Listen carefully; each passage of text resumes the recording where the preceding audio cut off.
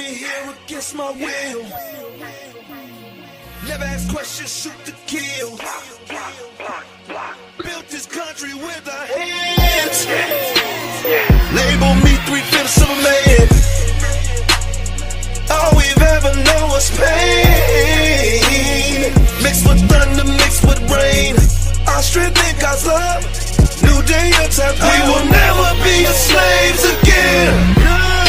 I was born to be free, so take them cuffs off me. I mean mentally and physically. And don't be trying to taser me. My neck don't need your knee. And don't be pulling your gun on me. I don't need your punk degree. I know I'm supposed to be. See, I roll with 10,000 fearless, and we be all believers. We only roll off instructions given by a fearless leader. Man, y'all some cheaters. Your justice ain't gon' free us. Your Billy Club might can beat us, but the Savior came to free us. March on, how long? Never gonna get us nothing. Preach on, how long? My people out here suffering. We better be doing some adjusting. Politics is out here hustling. Gotta keep changing this thing. All my people just didn't die for nothing. We wanna be free. We just gotta be free. Freedom. We just gotta go free. We want freedom. Free. We just gotta go free. Freedom. We wanna be free. We just gotta be free. United we stand, divided we fall. Send a message to the black man, it's the final call. See, business is warfare, y'all, and it's gonna free us all. Time to better hood back, get that bread and buy some more. And when they leave the hood, what you gonna do? Are you gonna beg or plead or pull on through? Gotta spread that money with your crew. I'm spitting true game to you. Gotta get that sack, never look back, cause fraud came for you. We wanna be free. We just gotta be free. Freedom. We wanna be free. We just gotta go free. We want freedom. We just gotta go free. Freedom. We wanna be free. We just gotta go free. We want freedom. Brought me here against my will. Freedom. Never ask questions, shoot to kill. We want freedom. Built this country with our hands. Freedom. Label me 3/5 of a man. We want freedom. All we've ever known was pain. Mixed with thunder, mixed with rain. Our strength in God's love. New day, your time. We will never be slaves again. No.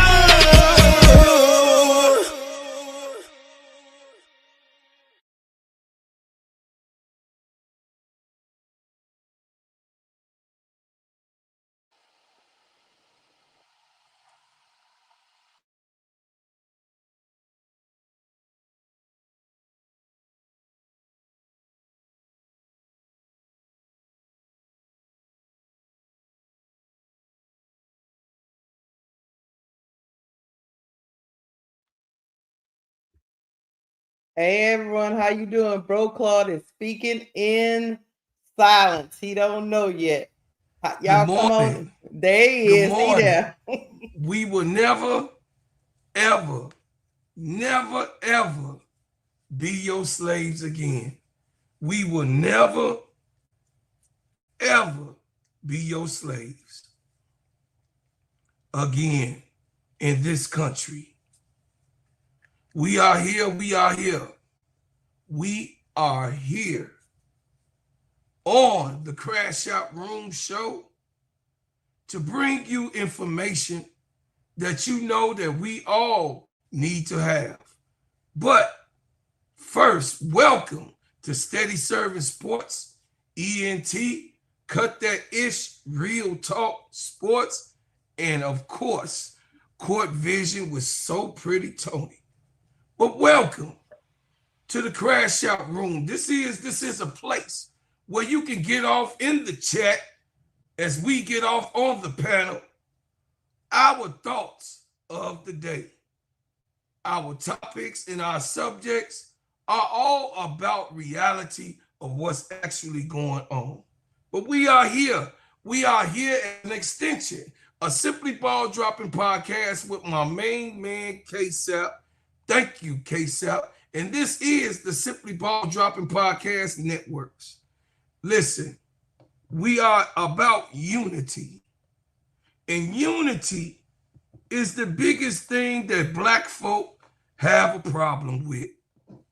Unity is a word that is looked down by the ignorant of our people. Unity has a twist of what others think that unification is. Some think that unification is to do as I want to do. Some think unification is do as what this person said to do. But unity is a collective of different people with different ideas, different types of walks of life, different types of perspectives, different types of visions, but they can come together on one accord on what the purpose is. And unification brings people together about a subject, a topic, a way of life, or study. If you are unified, there's no way that the enemy can creep in. Who is the enemy? Well, the enemy could be several things.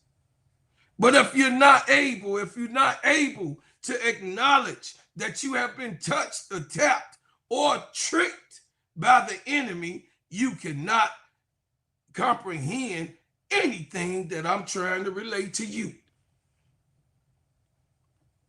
I want to tell everybody that this show and growing, I appreciate everybody that was here from day one with me and Keisha. I appreciate everything that y'all doing right now with So Pretty Tone. I appreciate everything that you do with our baby girl, ADP, Miss D, Tulip Plays, and of course, with our brother K-Sap. I appreciate everybody being unified in this community. And listen, and knock out total nonsense. Don't come over here in our chat room, in our crash out room, and be disrespectful to no one in here. You can have your comments, you can have your subjects, you can talk about what you want to talk about in the chat, but don't call people out of their name. Don't disrespect people, sexist, all the misogynistic or female misogynistic things. I'm just saying that we are here as a union, as a unity, and to talk about the real facts. We are on this channel, 2,272 subscribers. Wow. Where are you at, Keisha? Hey, I am at 1,575. I am trying to get to 1,600 subscribers. Get me there by the end of this stream. Please hit the like button on this video and also hit the subscribe button if you have not subscribed to my channel. Where are you, Tony? Hey, everybody. Good morning. I am at 119. Hey, at the end of this, please have me about 130. I appreciate that. 130. If we can go beyond that, I will greatly appreciate it. Let's hit that like button also and leave a comment, because as you can see, I do respond to the comments. As Brother Claus said, let's be respectful. Hey, let's have a healthy debate and let's get to it. All right. Well, we know the boss is here. She is on the controls of whatever need to be done. Keisha, whatever need to be presented, you can present. I got my own presentations of what I need to bring up. Tony, same thing. Once you get to the headquarters, please present your presentations. And we don't know if we're gonna have our brother come in and go to the, you know what I mean, go to the cafeteria or to the washroom and get on and chime on with our brother Duvall. Because he loved the crash out room. He loves the crash out room.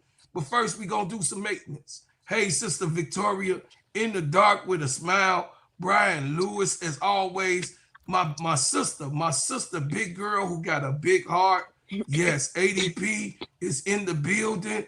Hey, I appreciate you, ADP, for being who you are. Terry Taylor, how you doing? How you doing? Welcome. Listen. I appreciate you so much, Terry. Always coming on in here. She wins you on time, baby girl. Hey, it's Friday, y'all. Let's do our thing. Jamal, Fareed, how you doing, big brother? Welcome. Markeisha Watson. Hey, sister Markeisha, what's happening? Make sure y'all hit the like button. And then my family, my baby girl, listen, my family, Sister Patricia Burton, who was here from day one, that remember that I only had one screen, that I had a background. Sister Patricia Burton been rolling with me since last year when I started. It says, okay, stop while because of this. Yes, ma'am. Yes, ma'am. I got you, sister. I appreciate you. I appreciate it. That's right, Sister Patricia. We got to respect one another. Jemima, I see you up in here. DJ Junior, DJ J Rob, what's up, man? What's going on? Don Dapp, Van, as y'all come in, hit the like button. I just wanted to do a little bit of maintenance. You got what I'm saying? A little bit of maintenance and what we had to do and making sure our folks. But y'all see Sister Patricia been with me since the day one. And she feel like it was some disrespect going on. And we not going to have that nowhere near in this chat room. So I want my mods to be, you know what I'm saying, especially the brothers. I see you, Brother Van. Let's take control of the room when we see it, Sister ADP. You know what I mean? Sister Patricia, do what you got to do. But please, don't time out anybody if it's just their perspective. If you don't like their comment, just don't like it. You can't time out people because they give a comment of what they think.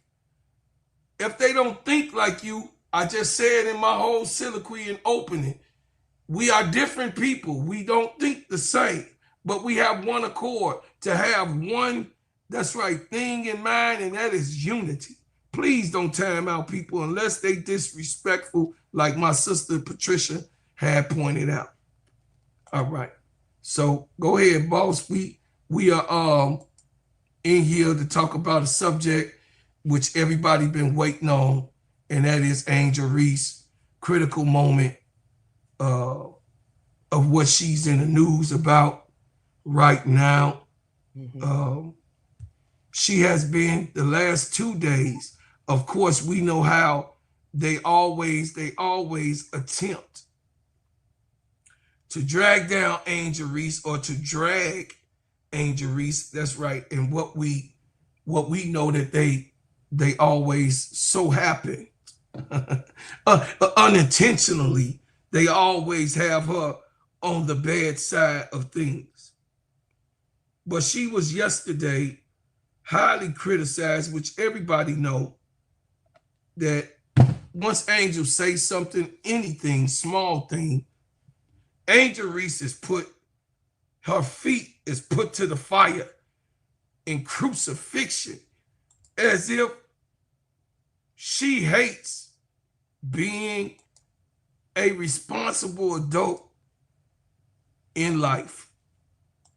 Her feet is put to the fire as if she is just this wild girl, this outlandish person, this disrespectful person, this so-called ghetto person that do not have people's good intentions involved or best interests involved. I don't know what Angel Reese has to do. I've been trying to figure it out, Sister Tony and Sister Keisha. What is it that they want her to do in life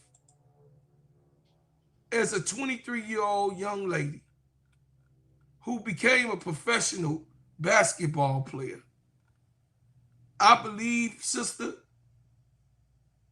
both of y'all, that Angel Reese has did her job as a young lady that's growing up and come from Baltimore, went to college in Maryland, transferred over to LSU, made a great name for herself, got NIL deals, plus she finished college. Went to the Professional Basketball League, and not only did she come to play basketball, she came to make history, and she did exactly what she said she was going to do. What is it else along the way of that journey that I just laid it out that you guys think that the people wanted Angel to do? Sister Keisha, you could go ahead first.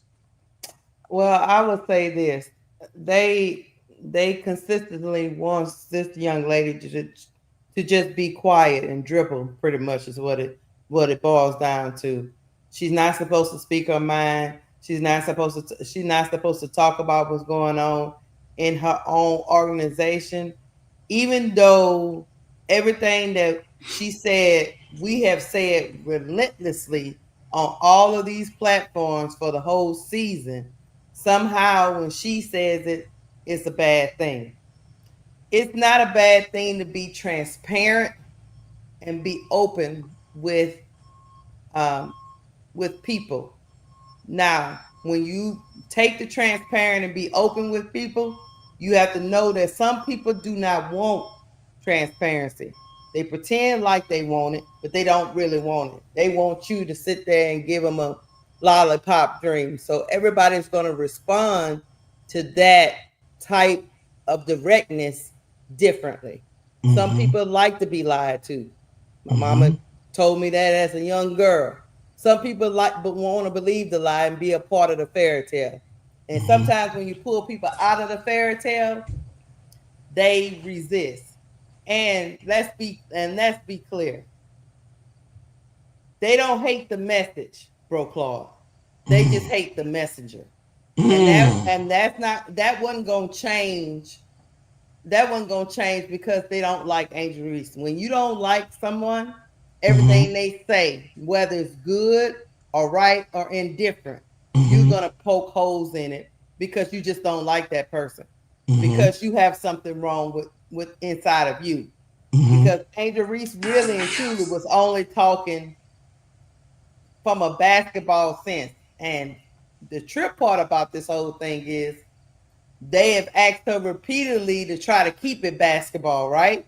Because she's Mm-hmm. in all these different endeavors. But when she keeps it basketball, they still attack. That lets me know, as we've said over and over again, this is not about basketball. This is about attacking a person that you don't like and trying to put them in their place. But if she is a leader on that team and she's the focal point of that organization and she's the one that's helping them making them money, she has every right to speak her opinion on what's affecting her as an individual player and the organization, because the organization seems to not understand what is actually being said out there. She had to tell them, look, do you understand what the rest of the players in the organization is saying about you? Do you understand what the people out here, the fans, are saying? Do you understand what other coaches are saying? Yes, people are getting up there giving Tyler Marshall all this praise, Candace Parker, and all these different people. But people that's really watching the games know all that's a bunch of BS. Do you understand that's a bunch of BS, Chicago Sky? So no. And you had to know, bro, Claude, and she had to know, and I'm hoping she's learning this as a 23-year-old, which is very young. I'm hoping she's learning when you go at the establishment, there's always going to be consequences. They're always going to hit back. I already knew a hit piece was coming out as soon as she spoke out. For sure. Angel, Angel has to know that as soon as she speak and she hits back at the powers that be, there was gonna be some kind of retaliation. So this is just a retaliation, bro, Claude. She got to just brush her shoulders off. Don't worry about what these people saying, because you know good and well, as soon as you speak to the establishment, they gonna hit back. I land. Sister Tony, you could go. And in his squad. Let me in from the backstage from my laptop. I'm going to close off my phone.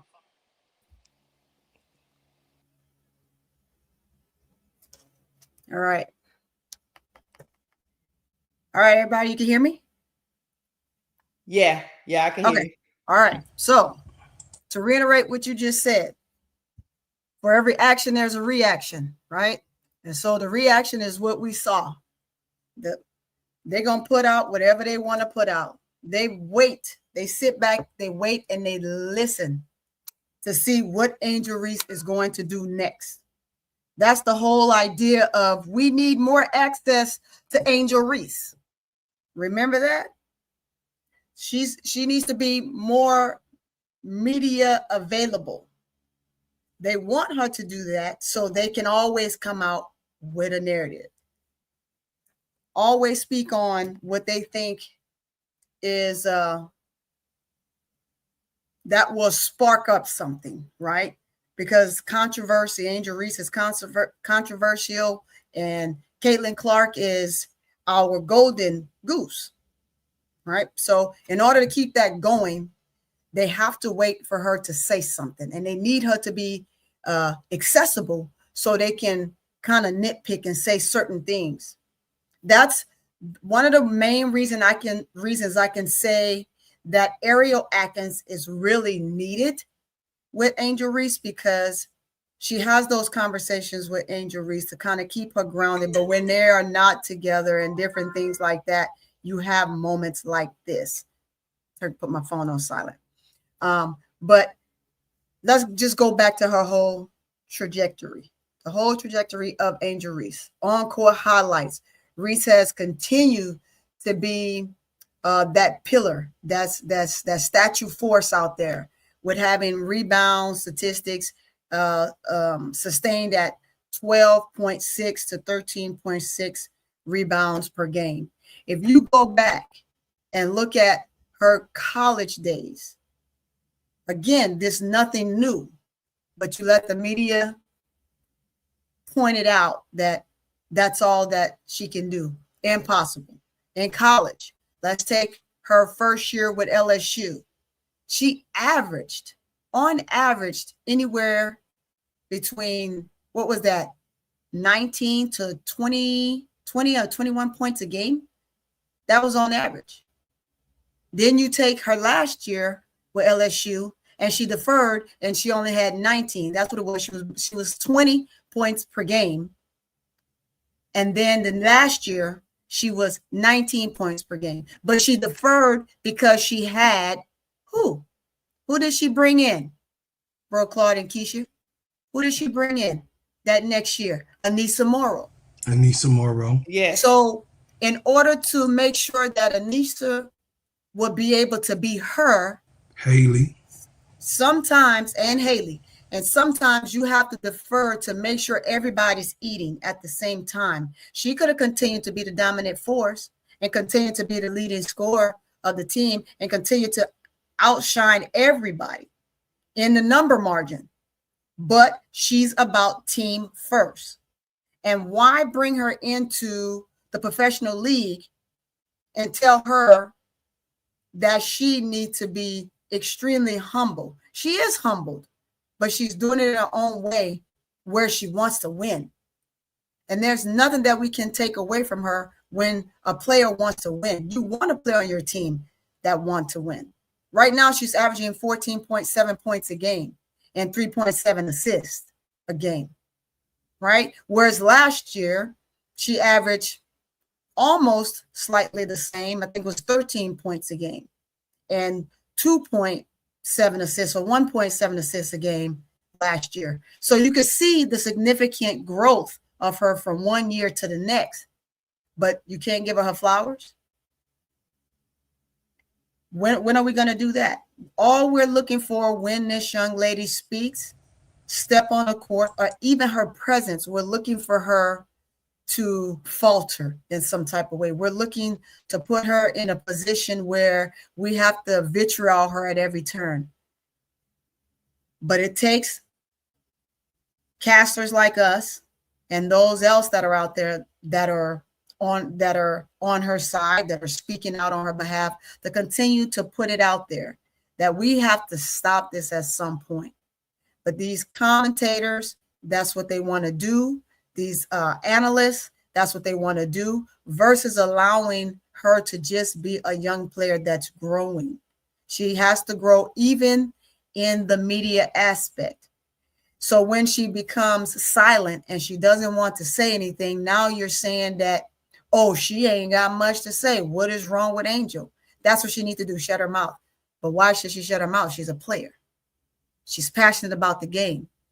Let's give her the opportunity to do what all the other players are doing. You're saying that she has to be one way or the other. Like you said, Keisha and Bro Claude, we're so worried about the off the court stuff. And when she's doing that, she's not focused about basketball. But when she focuses about basketball and she makes the main thing, which is basketball and court presence and what she wants and how she's looking to establish for her team and the people around her, not only will she's tired of losing, but she wants better for Chicago. She wants better for every player on her team. That's how they all shine together. For her, it's about team dynamics. It ain't about her. If it was about her, hell, she would have just took the ball and did whatever she wanted to do this entire season and not cared about anybody. We see moments where she's iced out in games, right?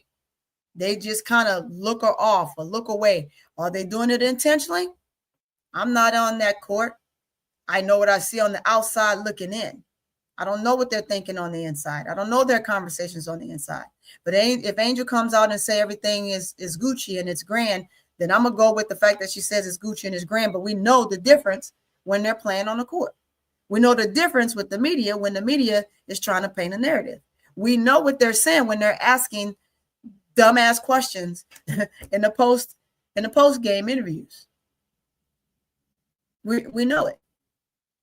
So growing from what happened in these last couple of days, as you can see, there's another article came out where you have some people that are saying, no, look, Angel Reese, you didn't have to apologize. If you already apologized to your teammates in private, you didn't have to do it in public. But I understand why she wanted to do it in public because, of course, they made it a public thing. They do what they normally do, right? They put a narrative out there, so now she has to recorrect the things that they've done to try to sow discourse within the team, to sow discourse within the bond that she's created with some of these ladies, right? So should it have been done right now? No. Did she probably think it was going to go out right now? No. I truly, honestly don't think so. I think that this was supposed to happen somewhere down the line after the season. But of course, people are ready to rush. And they get that word from someone else to go ahead and put that hit piece out there. Let's get some drama going. Let's set a presence. Let's always try to paint Angel Reese as something other than a great player, someone that is growing into her game and is becoming a phenomenal woman all at the same time. And I land.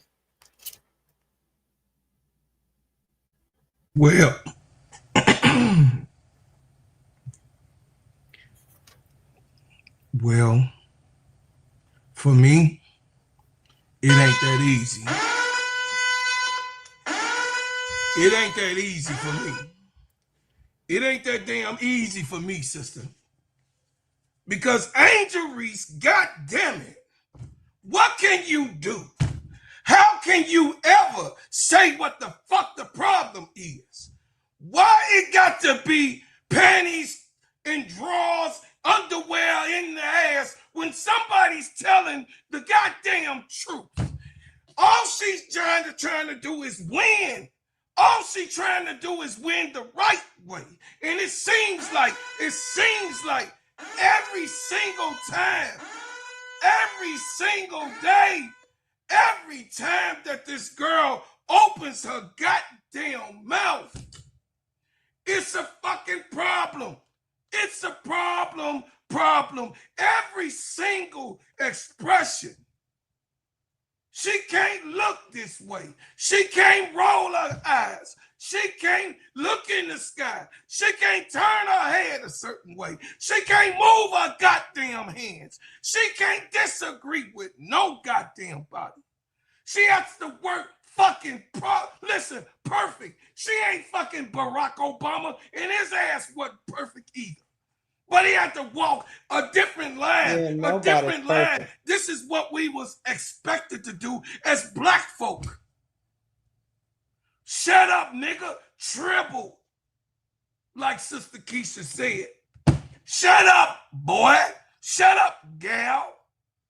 And do what the hell I say. But they not used to freedom. They not used to this new mind, this new person, these new people that's around. They are afraid. They are afraid of independent thoughts. They are afraid. They are afraid of us becoming who we ultimately will come back to our throne and be kings and queens and leaders of the whole entire world, because we already are privately. Everyone dressed like us. Hip-hop is the #1 fashion and genre in the world. We created that. Everything comes from us. But they got a problem with it. Everything that young black boys and young black girls do, there is to get themselves out of the situation of what we are nationally and internationally are in the slums, in the ghetto, in a poverty situation. I am not here to bring you some type of political aspect of nothing. Angel Reese was right. Angel Reese did the same thing that any type of winner, any type of champion, any type of leader would ever do. And it's to get your shit together. Hey, pay attention. Yep. Get your shit together, because this not right. I'm doing my job. I'm doing my job to lead. I'm doing more than what I'm asking for, because a good leader goes out and do more than what is asked. But it's people like Jeff Pagliosha that ask for more. She got to do more. No, that's not more. No, we ain't going for it. We ain't going for a rhythm car salesman.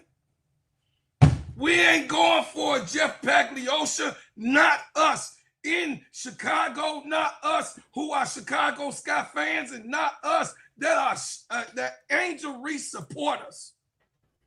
We want it to be right. The Angel Reese supporters want it to be right. The Angel Reese supporters want love for their Barbie. The Angel Reese supporters needs them to leave Angel alone.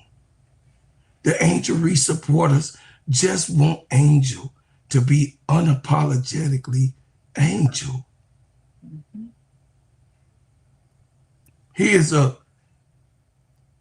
article that was written, of course, by Ricky Odell. He kind of the ops too, but he has some good things to say also. He's so crazy. I got something to show, bro, Claude, when you finish. I got something to show. Okay. Angel Reese was right. The Sky are the WNBA's most mismanaged team. Angel Reese told no lies about the sorry state of Chicago Sky. It says, the Chicago Sky season died a multitude of deaths on its way to one of the worst records in the WNBA for the second straight year. The Sky season was effectively over when the front office botched the 2025 draft in spectacular fashion when it made 36-year-old, goddamn, 36-year-old point guard Courtney Vandersloot their big free agent addition.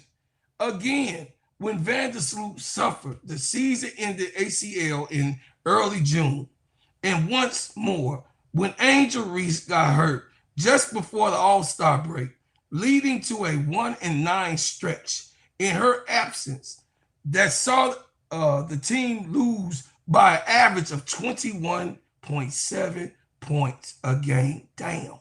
The Sky season has been over for a long time, but leave it to, and we still here, goddammit, but leave it to Reese to find some intrigue in playing out of the string. It says, with 5 games on the schedule, Reese spoke with Chicago Tribune ace reporter Julia Poe, the Super Ops, about the Sky's terrible, horrible, and no good season and the future that looks even bleaker. Reese provided the honest fans supposedly craved the athletes, and she told no lies in dissecting in micro problems facing the franchise.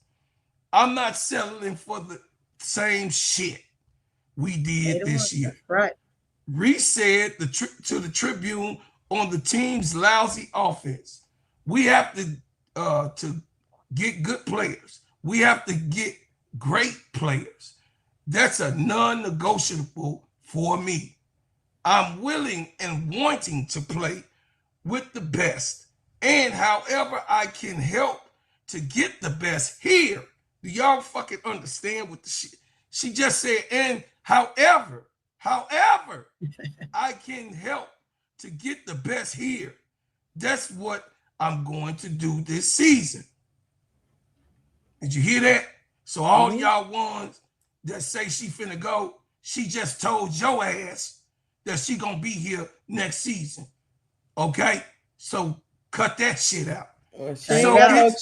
She ain't got no choice though, bro, Claude. She ain't got no choice, but cut that bullshit out. That's a narrative of she finna go. Stop lying. You lying to your goddamn self if you think she ain't gonna be here next year. Stop lying to the She gonna be there. She ain't got no choice. She ain't got no choice. All right, then, goddamn. I stand on business today. I'm on goddamn business. To all y'all hypotheticals. All right. So it's going to be very, very important this offseason to make sure we attract the best of the best, because we can't settle for what we have this year. It says, Reese, keep going. She said, we can't rely on Courtney to come back at the age that she's at when talking about how to fix the team's point guard problems for next year. She employed head coach Tyler Marsh to coach the team harder and point to the Golden State Valkyries' defense intensity and team-wide competence in the first year as an expansion club to show that a more competitive presence is possible. She yearned for a major free agent addition, but said, I don't know what will attract that. Nodding to that Sky's status as the email market stand-in, despite being located in the country's 3rd biggest market. Reese's words have predictably caused an uproar. Annie Constable, the super supreme ops that works with Jeff P in his pocket, also in his butthole. Anyway, Annie Constable of the front office sports, who was on the Sky's beat last year. Yeah, she left because Angel wasn't going to talk to her op ass. Following by reporting teammates were unhappy with Reese's direct remarks. Honestly, has a way of hurting some feelings. Reese already apologized for her remarks following Wednesday night's blowout when over the Connecticut Suns. That's right. They blew Connecticut Suns after that speech, though, what she put in the paper. For the Sky's most lopsided victory of the season. Annie Constable is the super ops. She is in Jeff Pagliosha's pocket, and Jeff Pagliosha have her locked in on his butt cheeks, allegedly. But what I do know, Annie Constable worked for the Chicago Sky the whole time and was giving us, like Keisha said, whatever she said, it all came true. All the bullshit that happened, Annie Constable had it already, because you know what? She was in that back office with Jeff Pagliosha while he was with the boys, and she was just sitting on the sideline, tucking and writing it down, jotting it down, and telling us. So I'll land. Go ahead, Keisha. I'm gonna go ahead. I'm just going, before I present this, I'm gonna give a little credence to what your mama was saying in my chat. Yes, you are correct, your mama. That's why I say about these organizations. That's why you must go ahead and go and speak your mind as to way it's supposed to be. As long as you do it respectful, it's a good thing, because these organizations don't care that you are in a rookie contract. They traded Aaliyah Edwards. They traded J.C. Sheldon. And if the Chicago Sky decides in their mind that Angel Reese is too much for them, they don't have no problem trading her. Hey, thank you. People will allow you to believe that when a player speaks out, it's horrible. But the organization put out all these hit pieces and undermine their own players. It's not horrible. It's the same thing. So you are right. They can end that contract at any time, and these players have no power over it. So when the only power they do have is their voice. So you better use it, because at the end of the day, that organization is going to do what's best for them at the time. But hold on, let me show this to some of these people. You got to bring it up, bro, Clark, because for some reason I don't have control like I do when I be on the other channel. But show it. Let me tell y'all something from some of you ninjas out there in YouTube land. She number 4 in total box score production. That means, from all intents and purposes, by the stat, she's doing the most on the team. She has every right to criticize people around her. Say what you want. She has every right to say whatever she needs to say when she is giving her all in our 100% effort. She is still at number 4, even with missing 7, 8, 9 games, however many games she missed during the season. This is Angel Reese's team. I know some of y'all out there in YouTube land, some Clarkies, some Fever fans, some other fans don't want to believe that. I'm here to tell you she is the best player on that team. The rest, everybody else can run their mouth after they come up to her level, player. There's levels to this. Yeah. Great players get to talk about their team and talk about what they need. So she's not the first. She won't be the last. I guarantee you, if foolishness was going on around the Phee Sakaya, she was on it. Asia Wilson is notorious. She'll tell you exactly what she needs from her teammates. And guess what? When she talks, next thing you know, they on a 12, 13 game winning streak.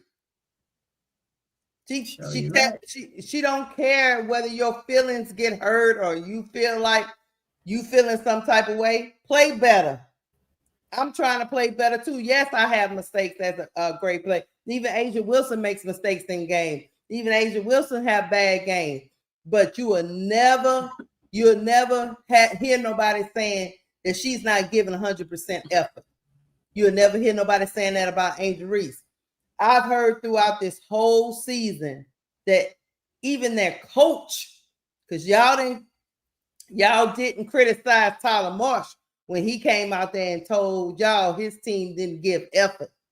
I heard him say that out his own mouth in the middle of the season, that we got to learn how to give effort and this, that, and the third. But suddenly, when Angel Reese waits the whole season almost, maybe 4-5 games left, to reiterate some of the stuff coaches have said, y'all attacked her, but you didn't attack Tyler Marsh for verbally throwing his team under the bus when we know he's had some deficiencies as a coach. Y'all need to make it make sense. I just wanted to show y'all this graphic and make y'all understand this is the reason why she has the right to speak. The person on the other end of the bench that never gets in the game, if Maddie Westbell had got up there and said this, we'd have all been looking at her like, come on, Maddie. Go like, what you talking about, Maddie? Right. What you talking about, Willis? But Angel Reese, no, y'all can miss me with that. She ain't say nothing wrong. She said really and truly, if you're a competitor, if you're a real competitor on her team, you understand completely why she's saying that. You understand you have come up short over and over again, and you need to play better. And if somebody don't tell you that, you're gonna be out the league. So, because the way some of these vets have played during this season, and the way Tyler Marsh has done some things, you think if Tyler Marsh was to get fired today, he'll be picked up immediately by another team as a head coach? I can answer that. So we need to be honest about, you think Jeff P will be picked up as a general manager if they fire him today by another organization? So let's just be honest. He's done. Let's just be honest in these streets. Now, ask yourself this. If Angel Reese was traded or cut today, do you think she'll be picked up? That's why she can talk. When you can talk when you back it up. Everybody else can't back it up. They're not showing they can back it up. So they got to be quiet. And she was not disrespectful with it. She was just telling y'all the truth. The same shit y'all hear us talk every week. We watch a Chicago Sky game. So I'll land on that. We can get to the next topic, man. Because, Yeah, you feeling some type of way, ain't you? Yeah, I can go off on them. Now, I know some people talk about the apology, but I think Angel Reese just really didn't want her teammates to feel that it was about them personally, because it's not personal. That's what some of these people don't understand out here in YouTube land. This is not, Angel Reese is not personally attacking teammates. But Keisha, she said that. It's not personal. This is about business. It's business. We're in the business of winning games, and we got to win games. And when we don't win games, what are we doing? What are we doing? So, I land. Yeah, absolutely. It's all good. She has to be able to. This stat line right here, it speaks volumes. It speaks volumes. Thanks for putting that up. I had that too, but good. I'm glad you hit it first. All right. Speaking about business, let y'all hear a word from our partners, Underdog Fantasy. Let me tell you about the simplest way to get you in some WNBA and NBA action. Find your player, pick higher or lower, and win some extra cash. Pick between 2 to 5 players to fill out your pick'em entry. Get every pick right and win some much needed cash. Use promo code SteadyServe and receive $1,000 bonus in cash. Now that it's football season, follow Steady Serve ENT as I share my picks. Pick players, choose the amount, win money, make picks, win cash. Thanks, Underdog Fantasy, for your partnership with us, and thank you for using the promo code Steady Serving on Underdog Fantasy. Hey, check it out, y'all. We are only, listen, we're only here to talk about the real thing and the main thing. We are here to only bring the truth. And we are here to talk about the truth of the facts of the matter. So those that don't like it, hey, that's your problem. This is what being a person who sees the best in the worst. Because if somebody just tell you the bad, it's like the people is a school of fish. If they say it's bad, we all supposed to think it's bad. If they say it's good, we all supposed to think it's good. Without looking into it, identifying exactly what it is. We all go as a school of fish, most of us, without our outside mind thinking. I don't know what we would have to do, Sister Keisha and Sister Tony, to let people know what exactly is going on with Angel full circle. But we are giving you the key facts of what we are saying. We're giving you the straight cut, the ish, real talk, and giving you the full court vision bars. But what I'm saying is actually factual. So we're going to go on to the next subject. And the next subject is Asia Wilson. Who is Asia Wilson? Well, I'm going to put that back up. For those who lack understanding, for those who talk what they talk, for those who say what they say and can't understand what the hell is going on. And when I say going on, she goes in a zone. Pun intended. Listen, Asia Wilson is her. She's 38.1% in total box score production. There's no one closer to her by 4 points. Next is Nafisha Kaya, who is unfortunately second class. Unfortunately, cook it. Listen, Nafisha Kaya is my player. Is that right, guys? Yes, that's your player. So if you saying it, hey, you know. Nafisha Kaya is my player that I beloved and beloved right now. But Asia Wilson is also my player. And I'm just saying that at the end of the day, there's none greater. There's none greater right now in sports than Asia Wilson. So if you got your mind delusional, I don't give a damn what player it is. We all love Angel. We know she baby Angel. We know she baby goat. We know she baby goat, but she baby goat right now. And you want the milk from the big goat.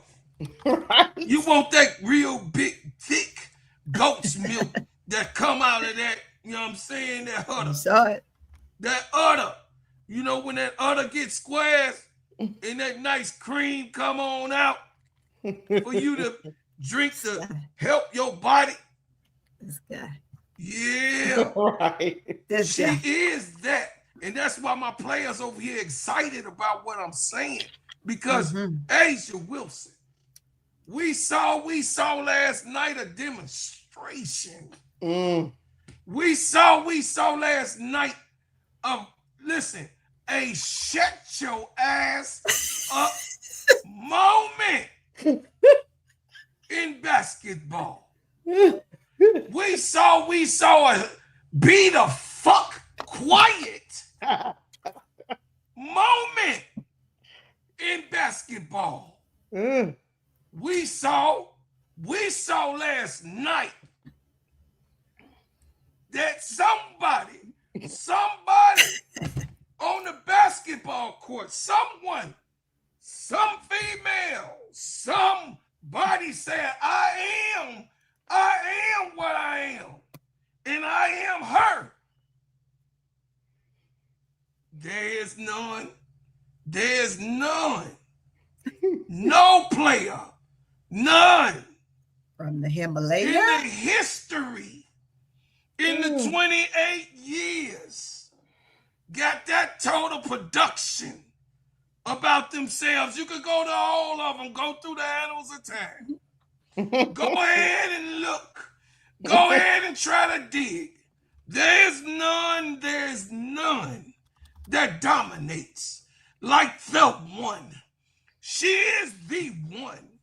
And don't get it twisted. Asia Wilson has been overlooked, overcooked, and done for a long time. She is a gamecock.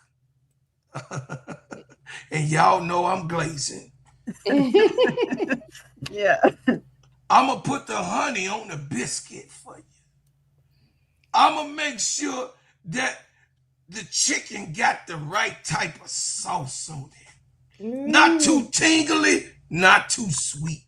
Right in the middle, that your mouth water with a little lemony taste to it.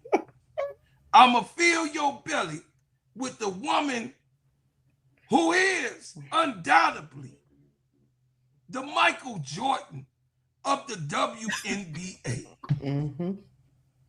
Right now, we're witnessing total domination of a single player who took their team from 8 to 2. I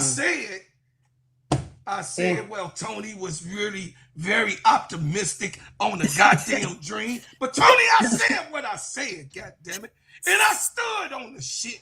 And she came and said, what the fuck Tony said? Oh, I heard you, Brother Claude. I'm listening. Yeah, I'm you finna told me wrong. I'm finna show you who the hell I am, Sister Tony. I'm gonna show you that I'm gonna stand on number 2 up in this bitch. We could have got this shit going before, but it's all right. I'll be here. I'll be all right, and I might win it all. I might win it all. Keep on doubting me, because I'm gonna be right here putting 30 on their ass, and you gonna watch everything that I do. I land. All right. Let me jump in here. Go on, Tony. Let me jump in here. Woo! And don't be putting the don't be putting the damn dream on me, man. Don't put the dream on me.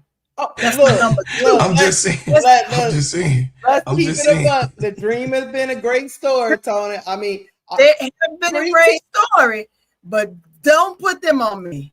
But Here we before go. you go, Tony, the Dream, the Aces, and the Mercury are all 27 and 14. They busting ass. Everybody busting ass. But go on, talk about Asia.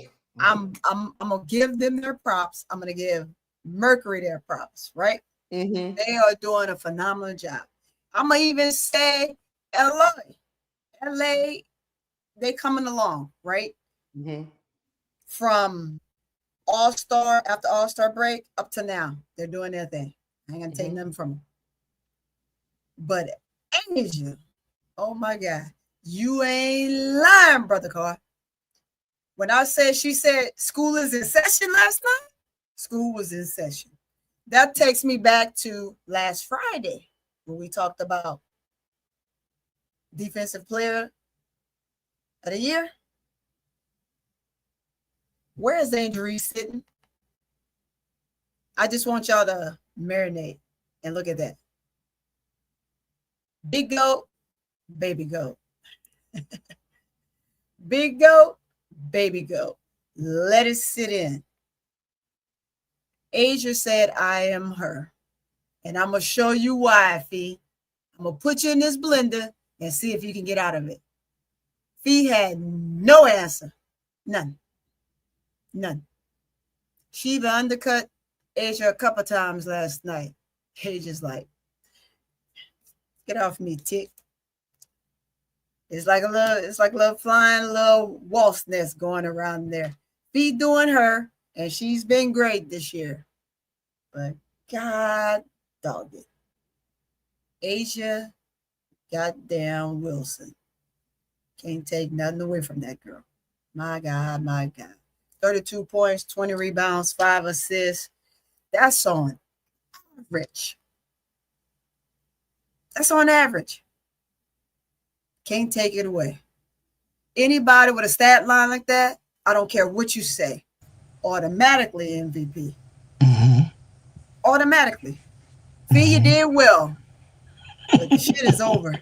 The shit is over. Unless you can take the last 2 or 3 games, and nah, it's not even a margin. We ain't even talking about it. Look at that number line. Look at that number line. Nowhere in the picture. And Candace Parker, one of my goats. Take a goddamn look at this stat line. If you say one more damn thing about injuries and try to put Boston in front of injuries, somebody needs to come on your show and slap the taste out your mouth. Because you lie, you apologize, and you ain't nothing but a bunch of lies. Next time, do your research. I'm going to keep saying that. If you can't do your research, don't talk on about it. Don't talk about nobody. Speak for itself. That's what I want to say. It's time for me to present. So hold on a minute. Uh-oh. Y'all already know this minion. Asia freaking Wilson, y'all, is just yeah, man. I don't know what to tell y'all. I know y'all want to know. Let me put this up here. Go ahead. That up there. All right, you got to put it up there, bro, Chloe. Okay.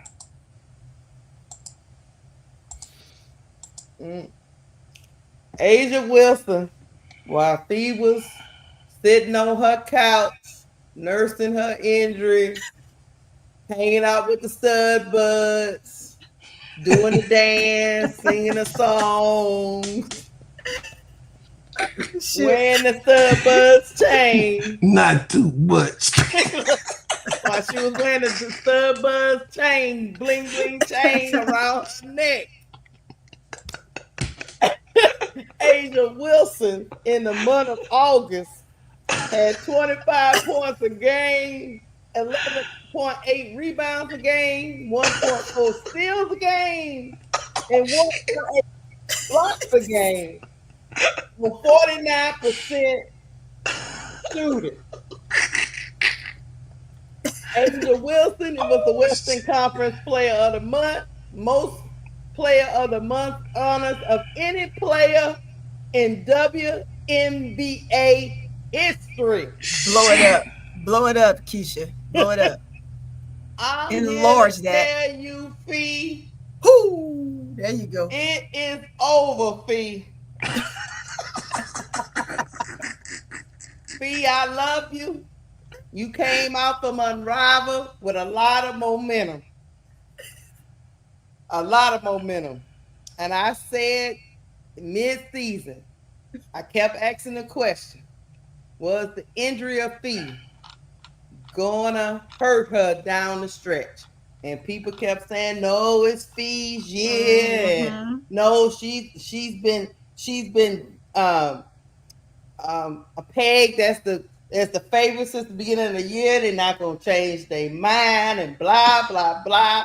And she running around here doing a PR stunt, stud buttoning up, and over here with chains and on live streams and all, and her pretty little girl over there talking about dubs in the chat, and all this stuff was going on. Made us just love her even more. We was all falling in love with Phee. Meanwhile, Asia Wilson put that bun in and put that headband on and went to work. And if you don't give her the MVP, you just out here capping, WNBA. It will be the biggest foolishness. I would be lying if they give that stuff to Phee because she don't deserve it. I'm real talk. Asia she deserve it, man. Real talk. I don't care if y'all done got Asia Wilson fatigue. I don't care. I don't care if y'all don't think. I don't care if the ball come. Look, I don't care if the ball come up here and talk about Angel Reese is the second most popular player in the world. I don't get that out of here. Get that out of here. We ain't talking about that right now. I don't care if the Clark say MVP. I don't care if the Clark say she's not relatable. I don't care. Who gives a shit? She is the MVP of the 2025 season. What that got to do with her? What that got to do with it? I'm just telling you, these are all the things they bring into play when they start talking about awards because they like, oh, it's a PR thing. Oh, it's this. We got to be able to sell that and sell this. Sister I don't care. Sell them numbers up there. Look at them numbers. Hey, sell them numbers. Wait, Sister Keisha. Don't you ever insult the GOAT with putting Caitlin Clark. I don't give a fuck about a Clarkie, nothing. Because the Clarkies know. The Clarkies know that Asia Wilson is her. But the mother suckers be lying. And lies. And put your hoods on. Carry your crosses. And you try to wipe out. It's like everybody gonna go for your Jedi mind trick.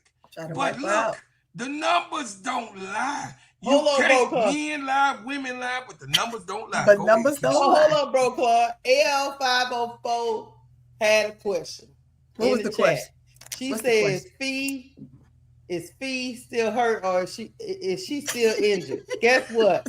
AL504? It don't matter. It don't matter. She had her $5 butt out there on that court last night. It don't matter. And she got done in.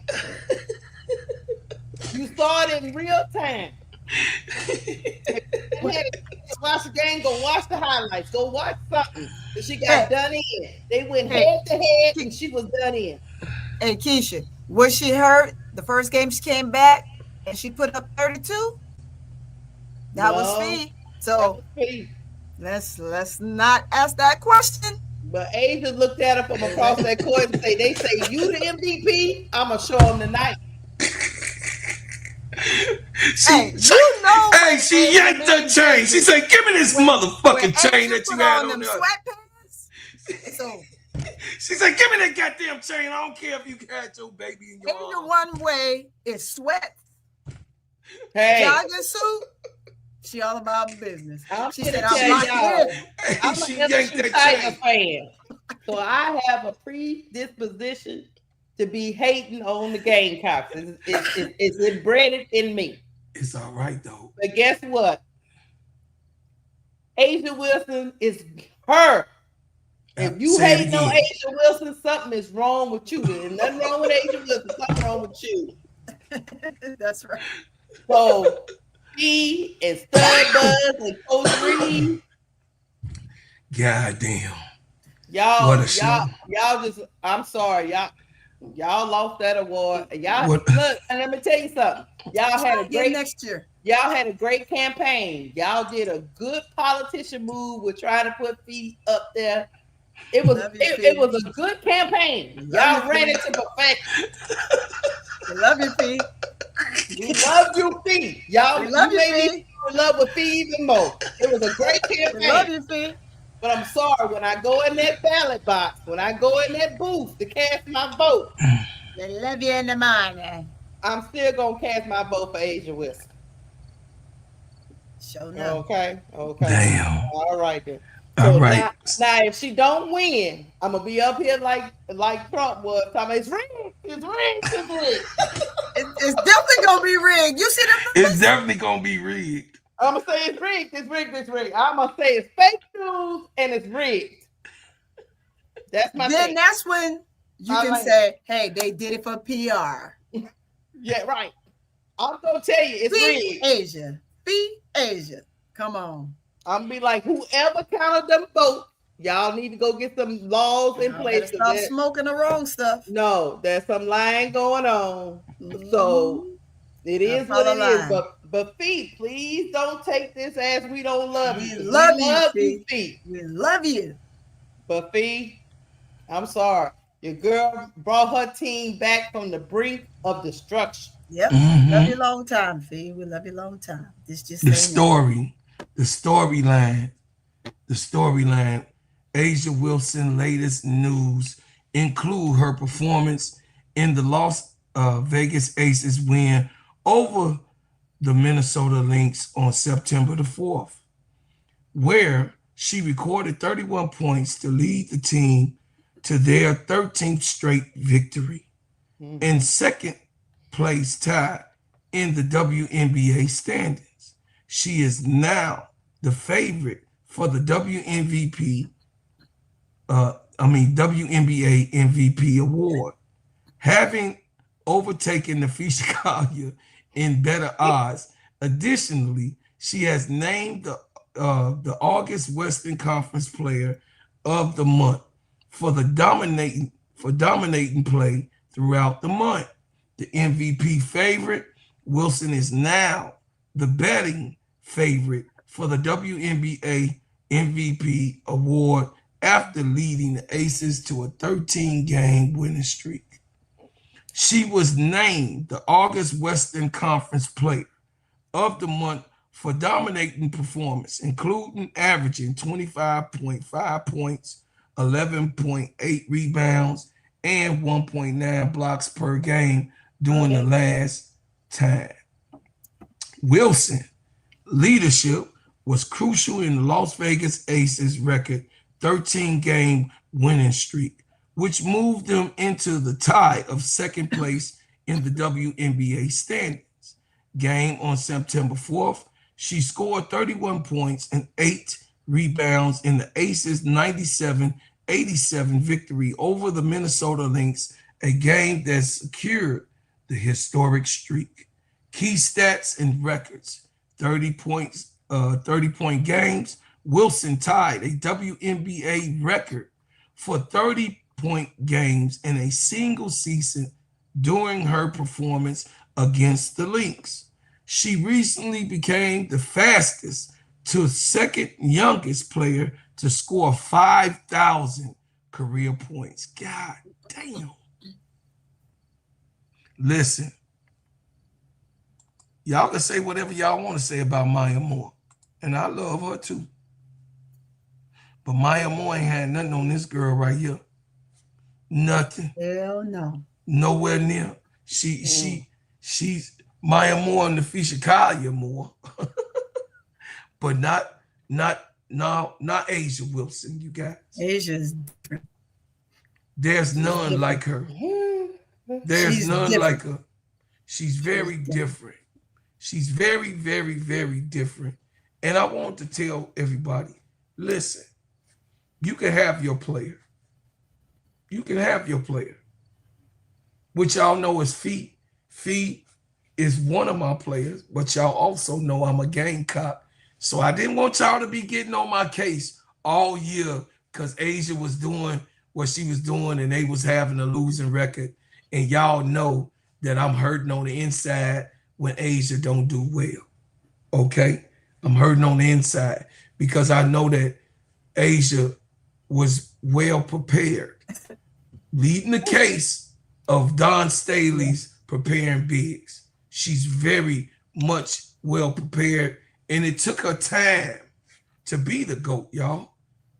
Asia Wilson didn't come in the league doing this. Remember, she did not. She was at Angels level when she came in. Mm-hmm. Remember, and all of what they say about Angel, they could have debated and said the same thing about Asia. but no one, Yep. no press was around. No Caitlin Clark was around. There was no uncalled for media around.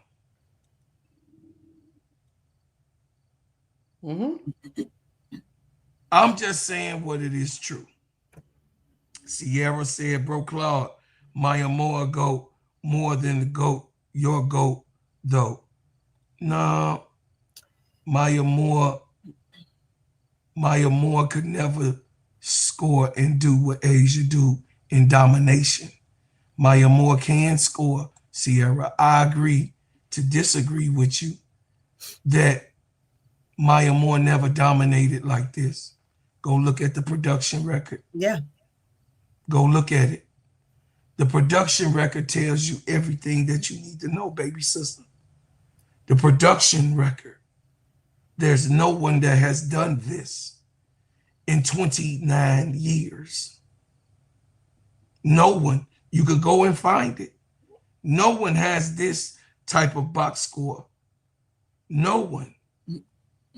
And I challenge you to go get it. Not even Tina Thompson. Right. And she was damn good. Oh, you talking about Candace Parker? Yeah, she one of my GOATs. Asia Wilson, of course, is my GOAT. But I can't She sit there. surpassed her. Right.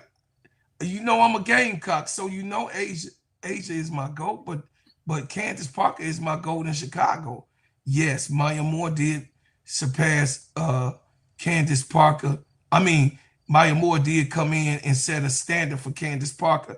Candace Parker was younger than Maya Moore. Right.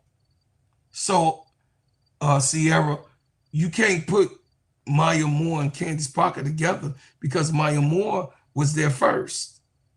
You know what I'm saying? Maya Moore was there first. Candace won quicker, as quick as Maya Moore, but Maya Moore won was in her rookie year too. You can't say nothing about it. And people try to compare Candace Parker and Maya Moore. Maybe Tony will in real quick on this small subject because we got to get to Shedeur. Right. So here's the deal. Right. When we talking about all of the greats before Asia, right? In their era, they were the best elite players at that time. Nobody's going to take anything away from any of them for what they've done at no given time. We don't want to say, well, this one can't elevate that one and this one can't do this. During their era, they were the best of the best, right? And when we think about Candace Parker came into a team that was established. What did she have to earn, right? Other than come in and just straight play. She had Lisa Leslie, for Christ's sakes. Not take anything away from her game. She's phenomenal. She's a GOAT. I love them all.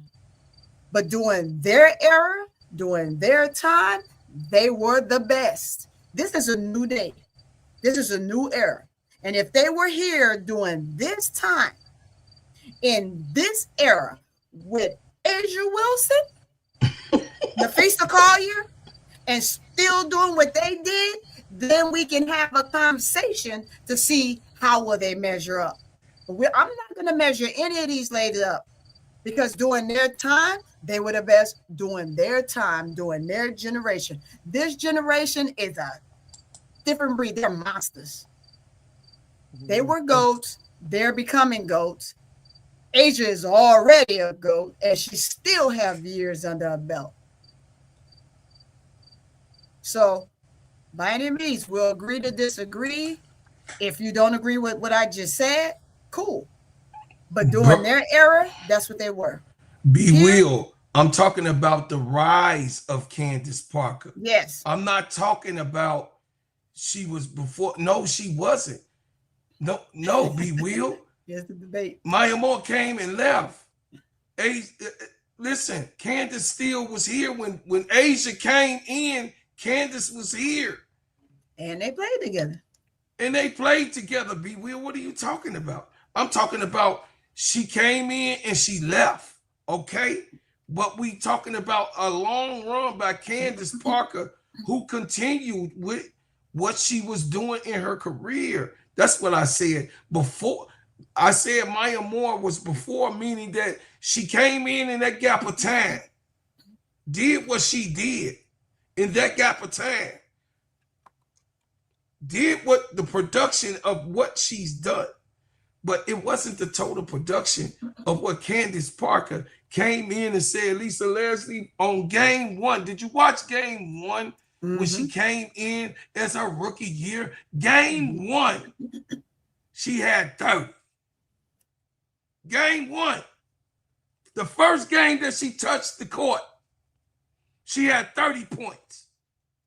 The first game that she touched with Lisa Leslie on the goddamn court, the reigning MVP.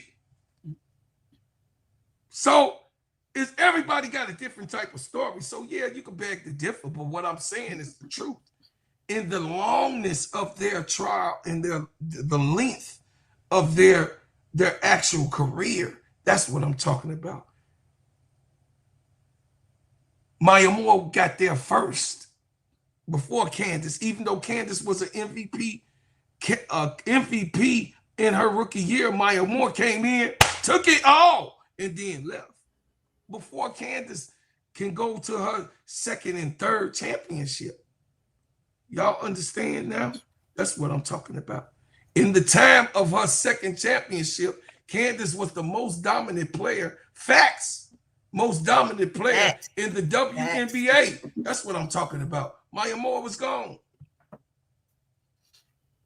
So that's what I'm talking about, bro. Will, to put it in context. Be Will. Hey, I understand you talking about when. Hold on, Keisha. Bro, Will, I just made it clear. I know when she came in. I know when both of them came in. But Tony made it clear. Your GOAT status is when your production, when you start producing. Overhaul. Candace Parker overhaul was after Maya Moore's overhaul. Maya Moore came in at 2011. You stuck on a date. I'm talking about the rise of their occasion of where they was to be the most dominant in history at the time. It took Candace Parker a little bit longer than Maya Moore. That's all I was saying. Not the time of when they came in. So I could be clear. Go ahead. Go ahead, Keisha. I was just gonna say, it's very hard for me because A'ja Wilson, I get what you guys are saying. I truly get what you guys are saying. I think I'm going, and I get what B Will is trying to come from.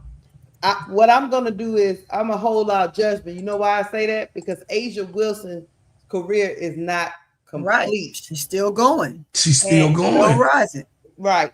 And so, and for Maya Moore and Candace Parker, they came in during a time where the same thing we say about some of the players now. They came in and went at a time when that position wasn't doing all the things that they are doing now.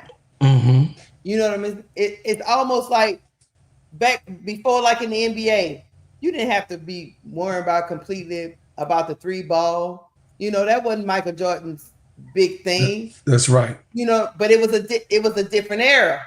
So we got to kind of compare it in that way. I think they were great, like Tony said, they were great for their time. But then when you start comparing them to this new age, the way these players have to be smarter, they have to be faster, they have to be stronger. It's just a different era. And of course, of course, as we looking at it right now, you look at these games right now, and you see some of these elite players right now. That's why people was running around here with Reese talking about, I don't think she's a good player, but the numbers show she better than most of the 20 years of players that came through. Fourth. We are in a different era. So I'm gonna say I'm a reserve a little judgment only because It's so hard, man. Say It's it. so hard, man. Speak Because your mind. one thing I will say about Candace Parker, she did do something a lot of people wasn't able to do. She came Right. out first season, Came out smoking. Rookie of the Year, MVP. But then when you think about it in context, she was on a team that was already put together. And all she had to do was help. Same thing with Maya Moore. She walked into, and I'm not taking nothing from Maya Moore because she's one of my goats. Tamika Catchings was already there. But she still walked into a team with a great coach, a great system. Asia Wilson walked into a team she had to rebuild. The Aces wasn't on the map. Not even close. Brand new. Yeah. So they lost the franchise, moved the franchise. Yeah, I mean, the last time that it was good, it was Becky Hammonds. That's it. And then Becky Hammonds took it over. They moved from San Antonio to Vegas. So yes, and it was a rebuild.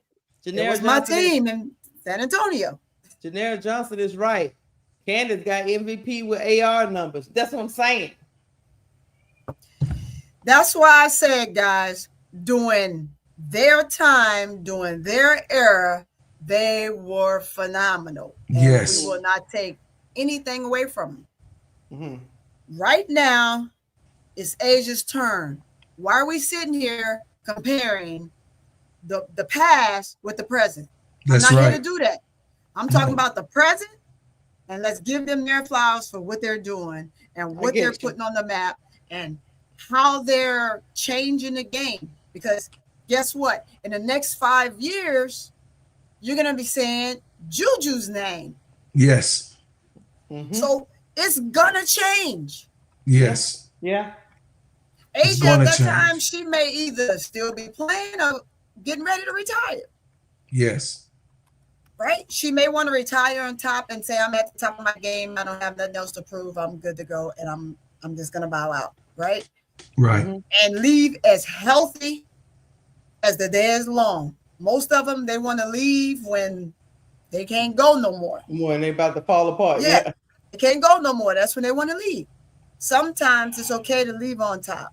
Yes. Right? And still be healthy, still have longevity, still have your knees, your hands, your thumbs, all these other things, right?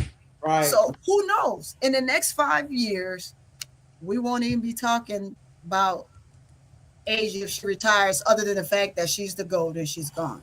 You're going to be talking about the next best thing. Right now, it's Asia's time, Asia and Phee, and those guys are battling. They're going to come back. They're going to battle again next year.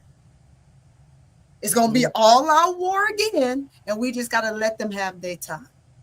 Okay. Yeah. I feel you. Okay. So the next subject, of course, we doing good time, y'all. We doing good time, y'all. This was damn. This is new. I could talk all day, y'all. Hey, if you haven't yet, go on over to my page. Go on and subscribe, hit that like button, put in some comments, and I'm going to chime in later and respond to all your comments. Okay, y'all. All right. Keisha, you could go first on what you see here. What are we talking about next? I'm about to read it. Yeah, you go on tee it up. I'm gonna go on ahead and cue it on up. Mm-hmm. And we gonna chime on in. But this right here, this makes no sense at all. None. I think that this is the worst comparison in competition that anybody, no matter if you're a person who don't like quarterbacks, because there are football people who watch football not for the quarterback. There are some. But most of us, the general public, know that the quarterback should, most times, because of its performance in holding of the ball, should be considered one of the best players on the field. Why? Because of the accessibility of getting the players the ball. That is their job, to get people in position and to make sure that they score on the offensive side of the football game. I'm waiting to present this. Just waiting, y'all. Give me a minute. It's rolling, rolling. Come on with it. Oh, okay, Keisha. I don't know. It's rolling. All right. Well, let me read the article then. If it ain't gonna come up. All right, hold on a second, y'all. I was trying to present it for you guys. Let's see if it come up again.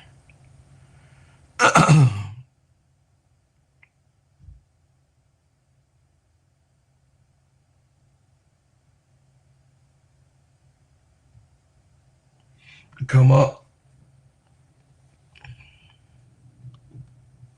No.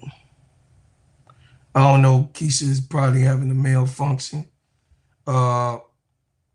So we gonna go in. Oh, there you go, Keisha. All right.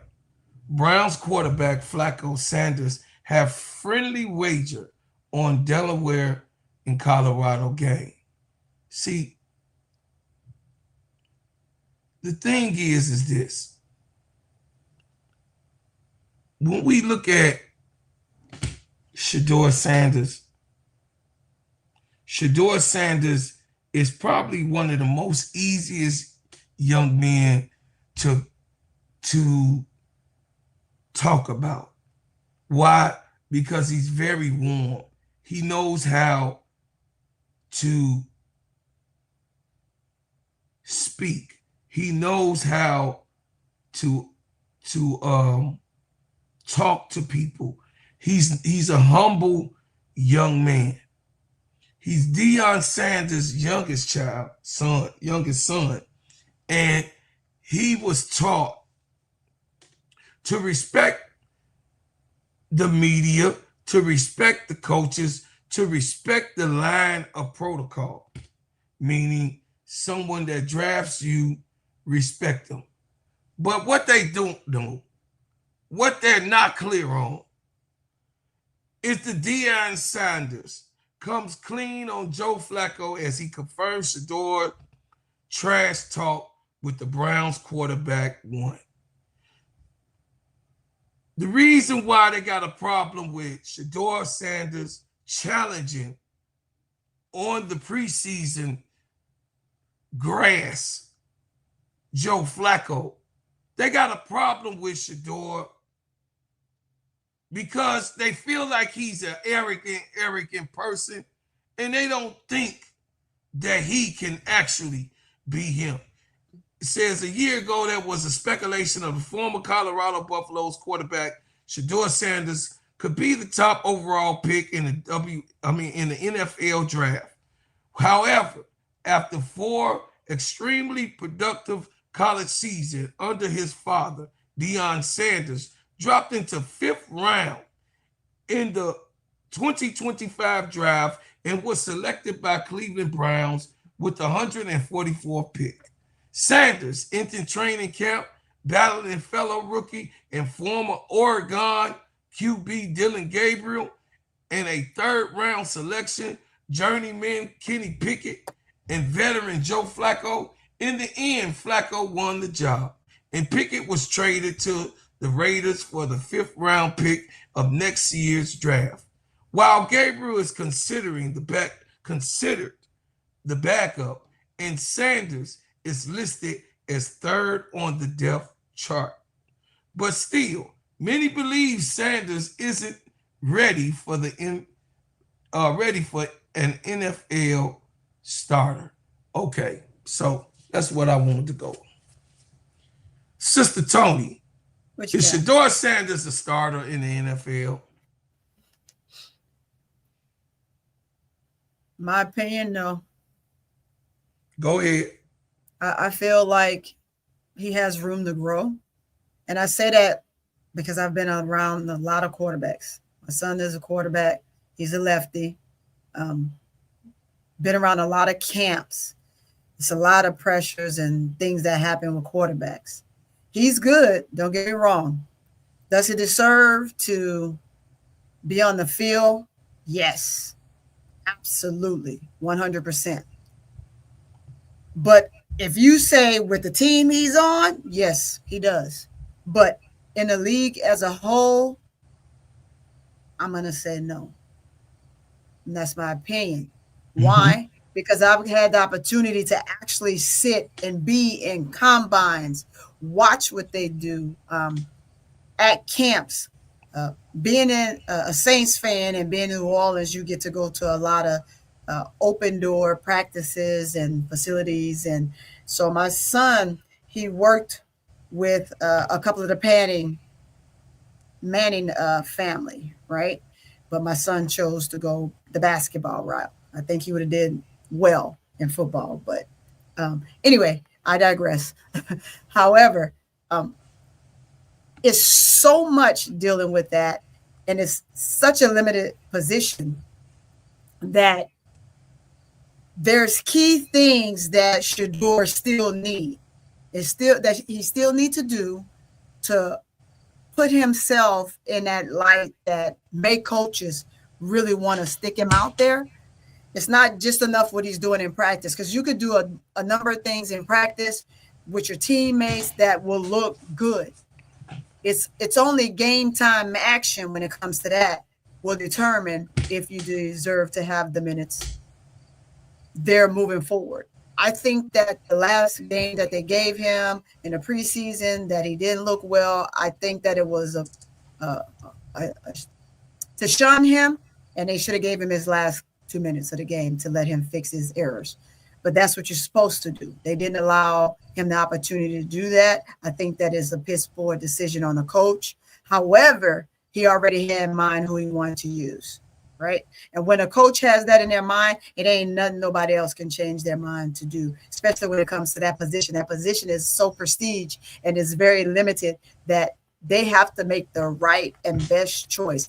I do not believe that this team made the very best decision whatsoever. I think he's better than the player that they have up there, right? But they still should give him some time on the field. Allow him to show who he really is. Because for me, I'm from the show me state. You can show me a number of things in practice. It's game time action that will determine how many minutes and what group you're going to go out with. Are you going to go with first team, second team, whatever, right? So I'm big when it comes to quarterbacks. If you look like shit, you play like shit, you're going to be at the end of the line or you're going to get kicked from the team. It is what it is. I don't think that he's either one of those. I just think that there's more that he has to show and improve to put himself out there more. It's not just enough to just look decent in practice. And it just depends, even in practice, which team is he practicing with that makes him look so good. If he's not with the first line and he's giving the same numbers as Gabriel, then what? I hear he is. I want to mostly leave football up to you. But when it comes to quarterbacks, I know a thing or two, right? I can't tell you too much more outside of the quarterbacks, the receivers, the safeties, and the cornerbacks. Everything else, I'll leave it up to you guys. But those positions, I know a thing or two about those for sure. And I land on that.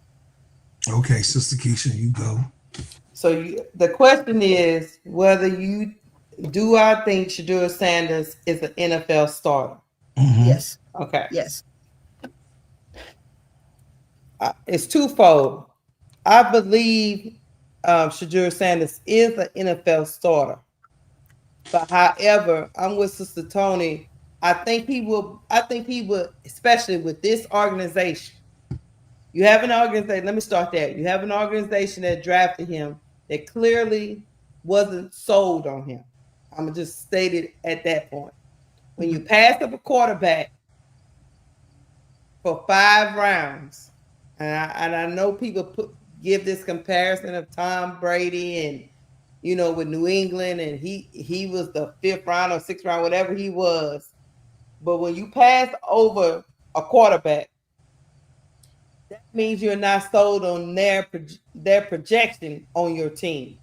And even in this case, they took another quarterback ahead of him who is smaller in stature than him. And we all know they put a lot of onus in the stature of quarterbacks, how big the hands is, how tall they are, what's their pocket presence. They took a 5'11" quarterback before they took Shedeur Sanders. Yeah. Just let that sink in. 5'11" for a quarterback, because I've been around football a long time and been watching kids get recruited to college. 5'11", you're hard to get recruited at 5'11". You have to show other attributes. Exactly. You have to show other attributes to get recruited at that stature. So I'm gonna say this. There are other things that the Browns saw. I know some people don't want to realize this, but there are other things that the Browns saw in Dylan Gabriel that they might have didn't see in Shedeur Sanders. Now, we all know that people get caught up in the narratives. We saw this with Andy. So when you get caught up in the narrative that somebody is cocky, this, that, and the other, it changes your perception on that said player. So when you're looking at Shedeur Sanders through a lens of he's supposed to be better than this and she's supposed to be better than that, and he's arrogant, you're looking at him at a lens of, oh, he better show me he the best out there, or he's not really good. I think that is what's happening with Shedeur, is that he's a prisoner of the narratives that have been running around. But back to the field. Yes, he's an NFL starter. Should he start? No, because I think he still got things he needs to learn. To be honest with you, I think he can learn things under Joe Flacco. Yeah, Joe Flacco is a good quarterback, y'all, and led a team to a NFL championship, to a Super Bowl, and he did it in dominant fashion. One of the greatest runs we ever seen leading up to that Baltimore Ravens Super Bowl. Dominant performance by him as a quarterback. I think he can learn things under Joe Flacco. But I will tell you this. The Cleveland Browns organization is not invested in developing him into this starting quarterback. Yes. So he has to be Shedeur has to read the room and soak up all the information he can behind a great veteran quarterback. And when it's his time, because his time will come, he needs to know that he has to shine during that moment. But he does have things he needs to learn, Bro Claude. And it might be a blessing in disguise that he can learn it behind somebody like Joe Flacco. I think we need to take Dylan Gabriel out of the equation. There you go. Yes. I'm going to say that because Dylan Gabriel, not that I was wild by Dylan Gabriel, because I was not. Right. I wasn't wild by him, and I watch a lot of quarterbacks. But he can hold his own too. He's learning too. He's a rookie too. He was afforded a better opportunity than Shedeur. That is true. But when you are drafted in the 5th round, you know this, Bro Claude. You take what the organization gives you. That's one of the reasons why they did this to him.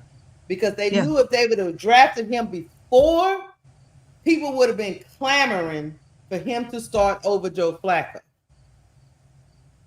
Even though Joe Flacco probably is the quarterback that should have started either way it go. That is a sound decision.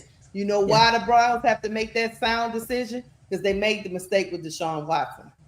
They brought him in, they spent all this money on him, and it did not work out. You see what I'm saying? So now they in a catch-22 with this whole quarterback thing. But they wanted to also capitalize on the hype of Shedeur Sanders. So his hype was good enough to sell, but it's not good enough to develop.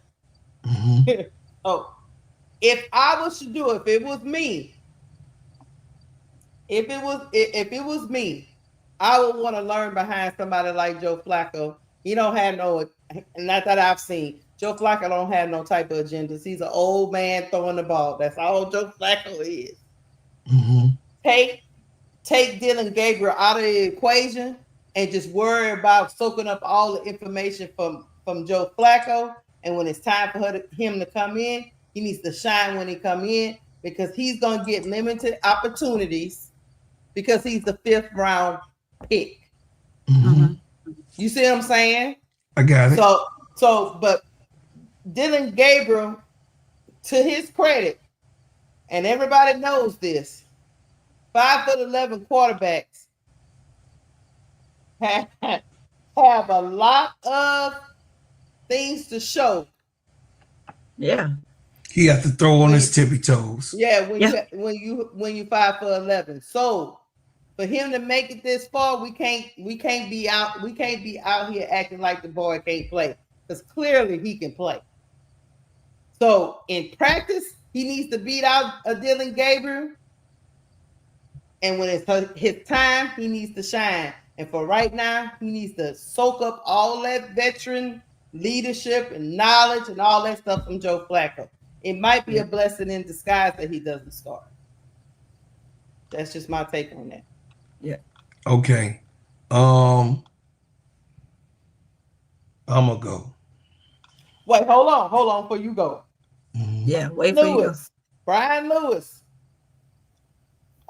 Yes, Drew Brees is one of my favorite quarterbacks of all time. I am a Saints fan. I am talking completely about what they said about Drew Brees the whole time he was playing until he got to the Saints. The whole time he was playing, he's short. He on his tippy toes. He got to put his eyes up like this. Those quarterbacks, you have to be extremely, how can I put it? You have to be good. You're making my point. You have to be really, really good to make it through this NFL swamps at being 5'11" as a quarterback. Yes. That's all I'm saying. Yes. I'm not saying Dylan Gabriel is Drew Brees. All I'm saying is he got to have something to him to be still slinging that thing at 5'11". Because we all know the NFL and colleges like prototypical quarterbacks. Yeah. That's all I'm saying. And that means by Shedeur being, I think he's 6'2" or 6'3", whatever he is, he has to beat him out. He has to beat out Dylan Gabriel soundly, bro, Claude.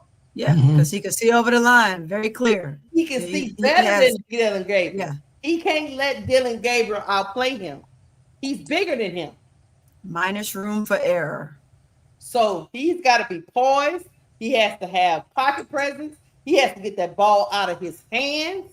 He has to stop trying to make the big play. He has to diagnose defenses and coverages. Read the room. And he has to read and react and process information at an alarming rate. A lot of being a quarterback is up there in the noggin. 3 seconds. Yeah. Yes. It's up in your brain. How quickly can you process information? And I think if he sits behind Joe Flacco, not really, I'm really taking Dylan Gabriel out of the equation in my soliloquy. If he sits behind a veteran, I think it could help him when it's time for him to be a starter. He'll be a starter. But to answer your question, to bring it back home, yes, I believe Shedeur Sanders is a starter in the NFL. I do believe that. And let me touch back, right? Let's take the Saints, for example, since you brought them up, right? Mm-hmm. And in the camp, and I know personally in the camp, my brother gave me the inside, right? Because he's right there with him in the camp. Sometimes when those scouts don't have an opportunity to really get out there and watch those players, and they're just watching film and they dissect the film, and it's a lot that they don't see. And those quarterbacks go into those combines and they don't have a good showing. Sometimes that takes you out of the slot you thought you were going to get in. Could the Saints use Shedeur? Yeah. Should they have probably picked him? Yes. He would have had a better opportunity to get on the field, show what he's working with, because the Saints is one of those type of teams that will gamble. They're a gambling team. That's just what they do, right? Mm-hmm. And so I think they should have picked him to go ahead and gamble to see what they can get out of him. And it would have been a whole lot better for him than where he is. But when you come to Shedeur developing, the Shedeur is in a better spot. Mm-hmm. You have to look at the coaches around these quarterbacks and what the difference would be with what organization and what quarterback coach they end up with. Mm-hmm. I don't think that the quarterback coach at the Saints would give Shedeur exactly what he need, other than give him an opportunity to get out there and show what he can do. I Right? agree. And sometimes that's not enough. He would have been behind. What would he have learned from Spencer Rattler and Tyler Show? Right. I.e., what we're saying. Sometimes it's an organization you end up with. Mm-hmm. And that right there speaks within itself.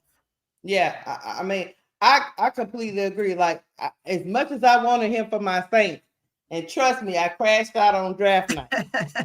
Yeah. I crashed out by myself. I wasn't lying. But when I went back and thought about it, I was like, okay, so we got Spencer Rattler, we got Tyler Show, and we got a new head coach, and Boy Wonder. I forgot. God damn it. Call him Boy Wonder. Yeah, Boy Wonder. What's that man's name? Kellen Moore. That's his name. We got a new head coach. We got a new staff, because Kellen Moore is almost about the youngest head coach that's had in the league. We got all this going on. And Shedeur Sanders would have came into a city, a chocolate city. Yeah. Who would have demanded him be on the field. Right? And in our city, believe in giving the fans what they want. And sometimes it's just not a good thing, as you can see. So when I went back and looked at that thing, I say, well, you know what? Maybe all this is happening for a reason. Yes. Because Joe Flacco can show Shedeur Sanders how to be a pro. It's one thing we already know he's a very, very, very good football player. I'm not going to say great, because I need to see him play on the field in the NFL. But he's got a lot of things to learn, and some things sometimes, and he's got that last name on his back. If he starts day one, bro, Claude, you know what the story is going to be. Mm-hmm. Hit this with that. If he do good, great. If he do bad, they going to crucify him. They going to crucify him. He's just another Angel Reese, just on the football side. So go and get the super chat.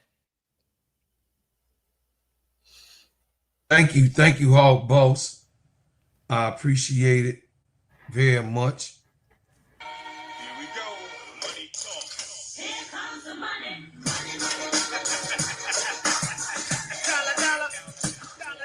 Hey, I beg to differ.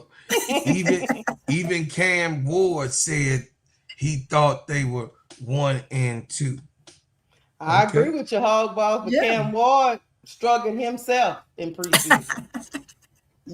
Yeah, he did. Yeah. So he struggled. We gonna get a little hot around here. Get it hot. Get it We hot. gon' we gon' we gon' tell a little truth. Uh-oh. Truth Not is theory, that truth does. not theory, not perspective. Yeah. We gon' tell the truth about the matter.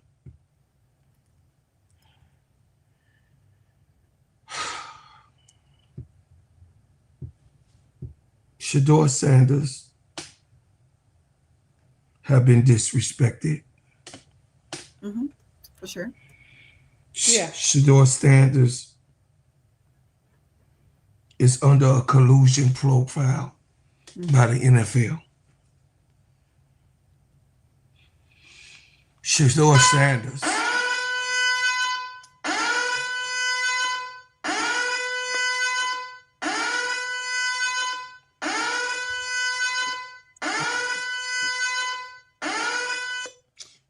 Shedeur Sanders is nothing to play with. When it comes to a goddamn quarterback, I beg to differ with all of that perspective. I understand everybody have their way of the situation. But this is a young man that was ready to play this game, knows it from the womb. He has not played a defensive back. He has not played in the center field. He has not played a position on the field but quarterback his whole entire existence. Y'all don't think that this boy who was prepared by his daddy, who I know a lot of people like, so what, his daddy was there? No, we ain't talking about no any daddy. We talking about Neon Dion, one of the greatest to ever touch. We ain't talking about no regular daddy. We talking about somebody who navigated himself through goddamn it football history to be the number one man talked about when it comes to football history, going over to another sport. Not Bo Jackson, goddamn it. We talking about Neon goddamn Deion Sanders. A champion, a quality man, a Hall of Famer, a coach that might as well write his name in the College Hall of Fame. The man went from a HSCBU. He went from mediocre to the top level, and went and got kids and developed them from childhood. And he got a goddamn Heisman Trophy under his college career tandem. You know how many coaches don't have that? That's been in college football right now, been for years, that don't have a Heisman Trophy winner? Do you know how many coaches over across the country who don't have a Heisman Trophy winner? He could have had two, but he made his own son, defer to the one. Shedeur don't know no other position, girls. He don't know no other position. He'll tell you he know what they supposed to do and whatever else. He never even played around and did those other positions. His daddy had him keyed in and focused on the position that he is a dominant figure in. What if you question me? Let's go to the numbers. In his college football career, Shedeur Sanders wore the jersey of number 2 for Jackson State, Colorado. Though he later changed it to 12, who gives a shit, for the Cleveland Browns. In the 4 seasons and 50 games, he completed 1,267 of the 1,808 passes, which is 71.1%. 70.1% I don't give a damn. I don't give a damn. Whatever y'all saying. See, men lie, women lie, but the truth of the matter is the boy threw 70.1% as a college player for the 14,353 yards with 134 touchdowns and 27 interceptions, holding the NCAA division record for consecutive games with a TD pass of 49 games. Hold on, bro, Claude. Hold on, bro, Claude. Let me address B. Will right quick, and then you can continue going. Go ahead, baby. B. Will. He said, if you don't think he should start, then how do you think he's a starter? I'm gonna tell you how. There have been many quarterbacks that have not started their rookie season that are starters in the NFL. Mm-hmm. And Rodgers sat behind little crazy from Mississippi. I ain't gonna even say his name. He out there taking people's food stamps, so I'm just gonna I'm just gonna leave his name out of this. Brett Favre, go ahead. I was trying to leave his name out, bro. Go ahead. He sat behind him multiple years. And he was a starter the whole while through. And guess what? It helped him. There have been many quarterbacks that came into this league, have not started, sat behind another great quarterback or somebody that's really, really good. And when it was time for them to come, it came. I'll stay with the Packers. Jordan Love sat behind Aaron Rodgers when it was his time to come to. I think it was a couple of years, 2 or 3, bro, Claude. Jordan Love was sitting over there. He was a starter too, sitting behind another great quarterback. So what are we talking about? I get it. Joe Montana had Steve Young, some shut the hell up. It's all throughout history. That doesn't mean that person is not a starter. I land. The great Joe Montana, right, Keisha? Mm-hmm. Had Steve Young come and do better than him. Tom Brady was behind Bledsoe. Tom Brady was right behind Bledsoe. Yep. And he was picked 5th.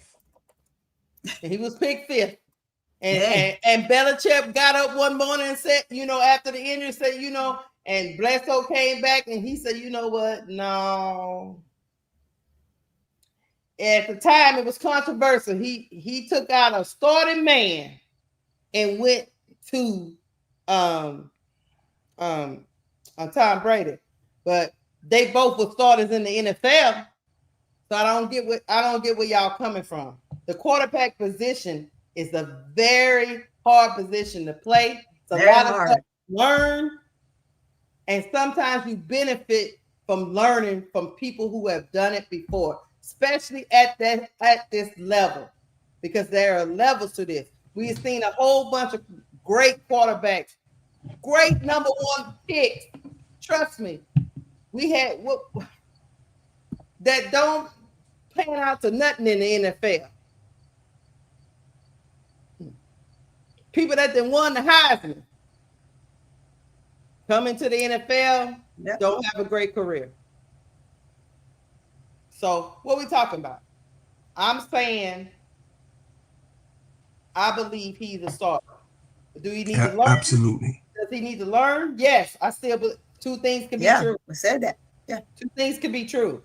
That's the way I feel. Absolutely. All right, keep going, bro, Claude. So we all know that he's probably paying to be one of the greatest college football quarterbacks of all time. I just read it to you, right? Right. I just read that. We all agree on this board, right? Yeah, he had a great that season. I think he led. His completion percentage was the best in college football last year. It really was. Okay. Really was. Jayden Daniels, college career, Arizona, 2019 to 2021. 12,749 passes, yards, 3,307 rush yards, and 124 total touchdowns over 55 games which was more than Shedeur's. You got what I'm saying? Y'all, I just want the people out there. I know my panel know they shit. But Shedeur did it in 49 games. It took him 55 games. And he had the dominating performance through, because this Keisha boy throwing the three, she know this by heart, throwing for 3,812 yards and 40 touchdowns while adding 1,134 rushing yards and 10 rushing touchdowns, winning the Heisman Trophy. His numbers was less than Shedeur's. Keisha know this. She ain't saying, she not hating on Shedeur just because she's the LSU Tiger. She know that this boy's numbers is better than this man. She knows this. So she not coming from that perspective. Listen to what she's saying. C.J. Stroud played 3 seasons, accumulated 32 games, 7,835 passing yards, 43 touchdowns, and 17 interceptions. He was a 2-time Heisman Trophy finalist. Do y'all hear this shit? They won Heisman trophies, and they was not better than this boy. They came in.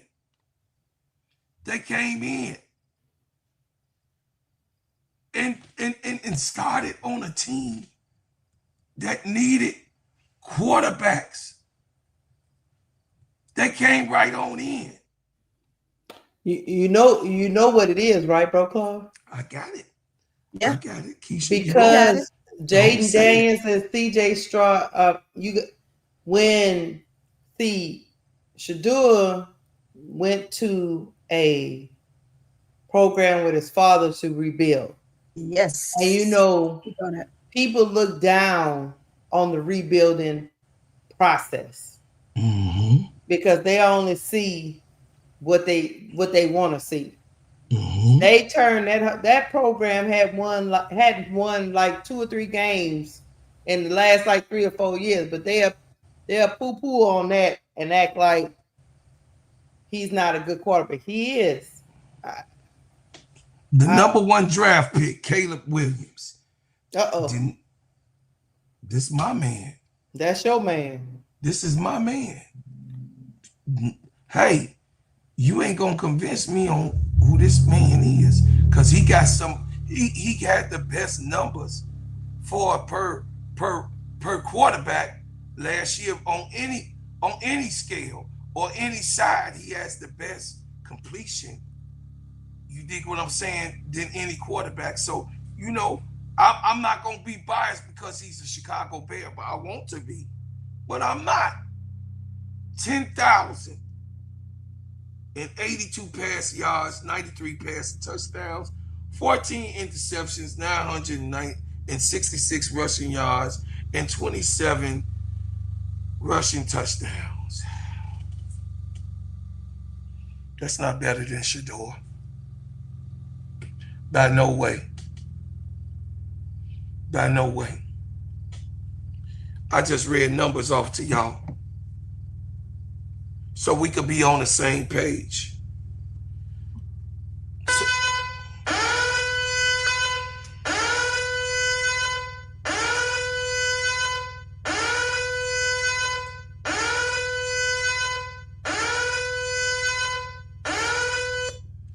Yo, what the fuck is we talking about in this bitch? I'ma tell y'all right the fuck now. Shedeur Sanders should start on any team that he goes. Anywhere that he goes. As I was saying and going into, I understand what my sister Tony said. But see, the numbers, the accuracy, what we saw in the preseason games. Which accountability for nothing. That don't mean shit. We understand that the preseason ain't a goddamn thing. But see, situations change, but the person don't change who handles the situation. The situation change, but the numbers don't change for that player. Should he be a starter? Hell fucking yeah. Should he be a starter on this team, on the Browns team? Yes, but like Sister Keisha said, it's a blessing, not a curse, because he got somebody that's in front of him. That, hey, don't get so ass written up in the goddamn chat talking about what he is and what he isn't. It's a blessing that he going through what he going through, because nobody knows this boy's calling. Nobody knows that this boy's trial. I told y'all about Angel in her trial. I told y'all about what Angel is in her trial. I told y'all every person, every one of us has our own trial, and his journey, his road to success has to be chosen by the God above. And as long as he's faithful, as long as he does what he's supposed to do, as long as he do the things that he needs to do to become and stay a professional football player, Shedeur Sanders will be okay. Shedeur Sanders is going to be all right. Shedeur Sanders is going to be the best football player that ran a quarterback position than we've seen today. I do believe that. I believe in the young man, and I believe that he would do some of the most awesomest things that we could see. Just give him time. Let him go through his process. We all are ass hurt on the way that the NFL has treated him. We all are upset on the way that the Browns is running and being his opposition. Mm-hmm. But this is all good. This is all for the good, because we don't know what the God got for this young man. We don't know. But what I will say and stand on the question, which I agree with Sister Keisha, he does deserve, and should he be a starting quarterback? Yes, he should. And do he deserve it? With his college numbers being better than the last 3 college players that then came in here and ran a team, even the great Jaden Daniels. Mm-hmm. He should be a starter. He should not be looked and waved off. He should have the opportunity of all of those ones that I just named that has came out. If CJ Strauss can come out, Tony, with the numbers that he had, and he was mediocre to this boy, what the hell are we talking about? Are you kidding me? He should not have been the head of the Texans by his numbers, by what we just read compared to Shedeur. I beg to differ. Well, let's listen up. You see, you call the numbers off, and we talking numbers. Numbers are always great, right? They always great. That's his numbers there. What do you do in the combine when it really counts? And then you come out here and you go in front of these coaches and you have to play and perform, and you're not giving them those same numbers, right? But with the quarterbacks that they already got. So by all means, again, what team you're going to, who are you playing, who you're battling against, and what you do when you get there is going to determine if you're going to start. Numbers can say, yeah, you should start. That's what it says, because it's by the numbers. That's what you gave us, the numbers. It's Absolutely great, right? Given a team he go to, yes, he should be a starter. Okay. But, and there's always a but. Mm-hmm. What do you do when you get there? Mm-hmm. What do the coaches see when you get there? Key point. Okay. Should it be? Yeah, given a team. Okay. Should it be based off the numbers? Yeah. Yeah. But what do you do when you get there? Is he being unjust where he's at? Yes. Okay. 100%. Agree with that. Mm-hmm. But what do you do when you get there? We know what we see when we're watching, right? We're on the outside looking in. It's what do they see on the inside that matters. We can say whatever the hell we want at the end of the day. Sister Tony, let me hold on 1 second before y'all But y'all, because I want to get this off before Go ahead. Because before I forget, and then we be all messed up in the matrix. Yeah. Go ahead. Nobody is saying that he didn't ball out. Who is that? Nobody is saying that that Shedeur is better than CJ Stroud. Nobody is saying that because it's hard to compare Shedeur to CJ Stroud. CJ Stroud has been a starter in the NFL. So that's not even a fair comparison. Mm-hmm. What we're talking about is CJ Stroud as a college quarterback. When he was given the opportunity. When he was given the opportunity. Based on his numbers. But I'm going to tell you, I'm looking at these numbers that Bro Clark got on the thing, and at the Colorado, for his 2 years, he had 7,364 passing yards.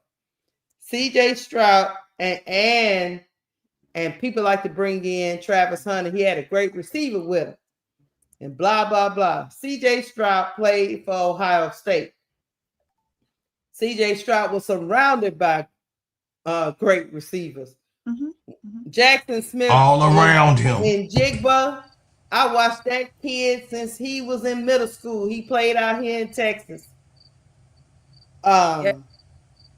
Phenomenal talent.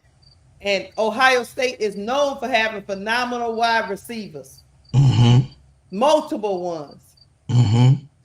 Colorado had one great NFL talent, which was in Travis Hunter, and some other good talent around him. Yes, you have to have great receivers around you to be a good quarterback. That's with anybody. Joe Burrow was surrounded by first round talent in college. Go ahead. Yeah. The Jetta for the Vikings, his boy over there, he got on with the Bengals. They were great. They are great wide receivers that help they number. Of course they do. But I don't know how y'all use Travis Hunter against Shedeur Sanders. All Bro Claude is saying is that the numbers are comparable in college. And both players were surrounded around good talent. And guess what? Mm-hmm. CJ Stroud had better talent around him than Shedeur Sanders.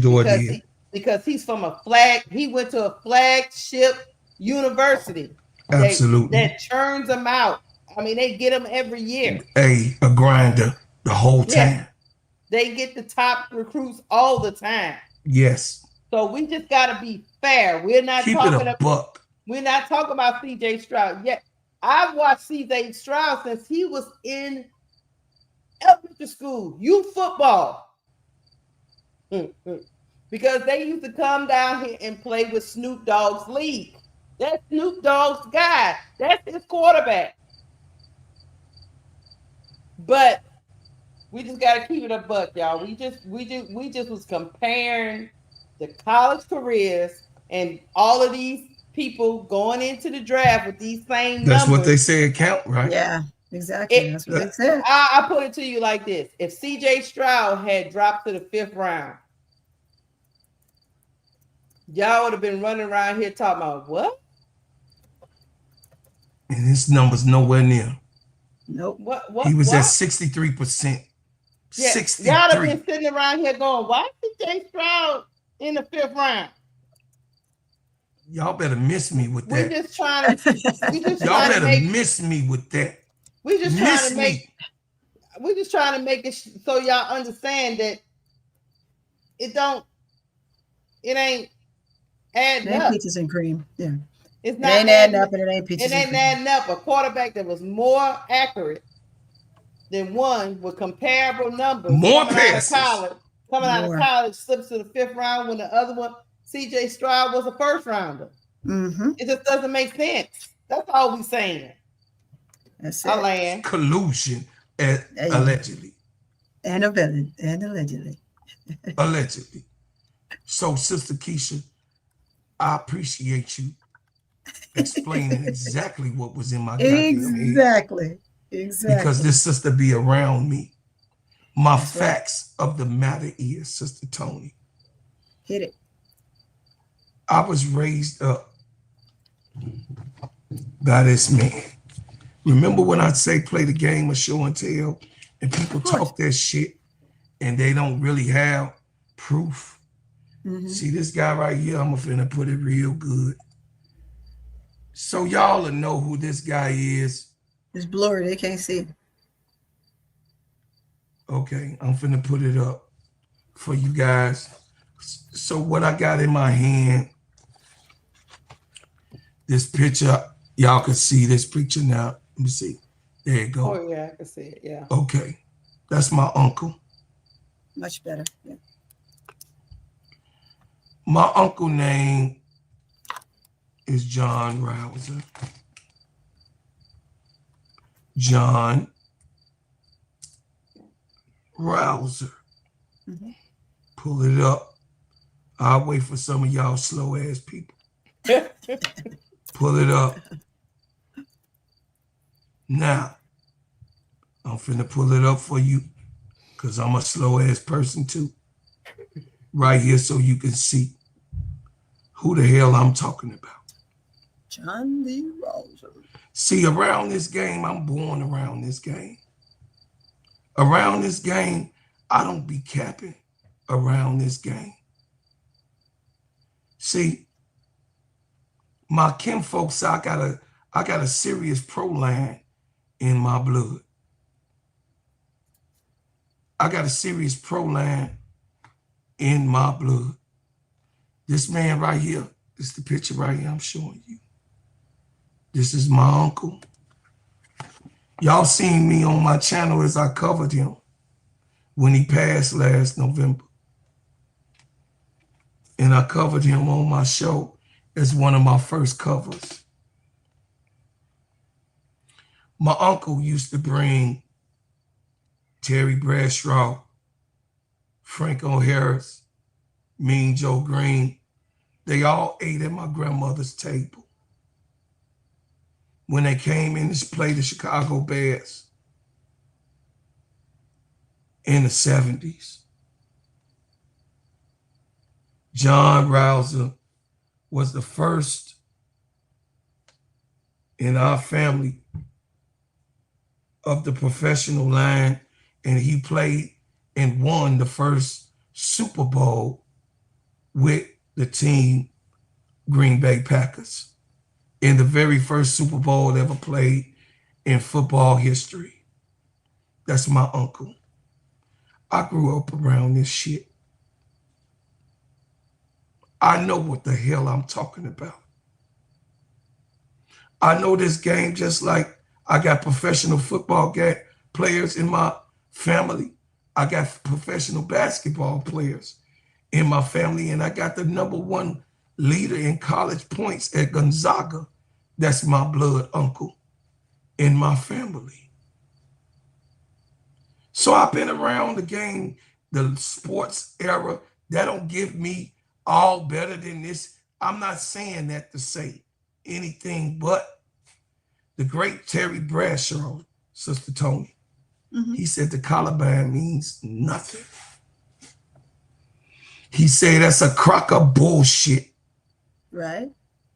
To measure, you heard him. To measure, to give measurements about nothing. To measure a total of a player in a certain situation, in a setting, when he's played his whole career. Mm-hmm. Live action that you could see in school. You know what a quarterback is, because you ain't got to wait for no goddamn quarterback, Sister Tony, to tell you me who the hell this player is, and he been on the goddamn field for 4 fucking years, played 2 years and went to another team and played another 2 years at another, in a different situation, in a different type of city, in another state. You ain't got to tell me that shit. No, NFL, you ain't getting away with it. No, you can't get away with it with me. family, y'all are here to hear real shit and real sports talk.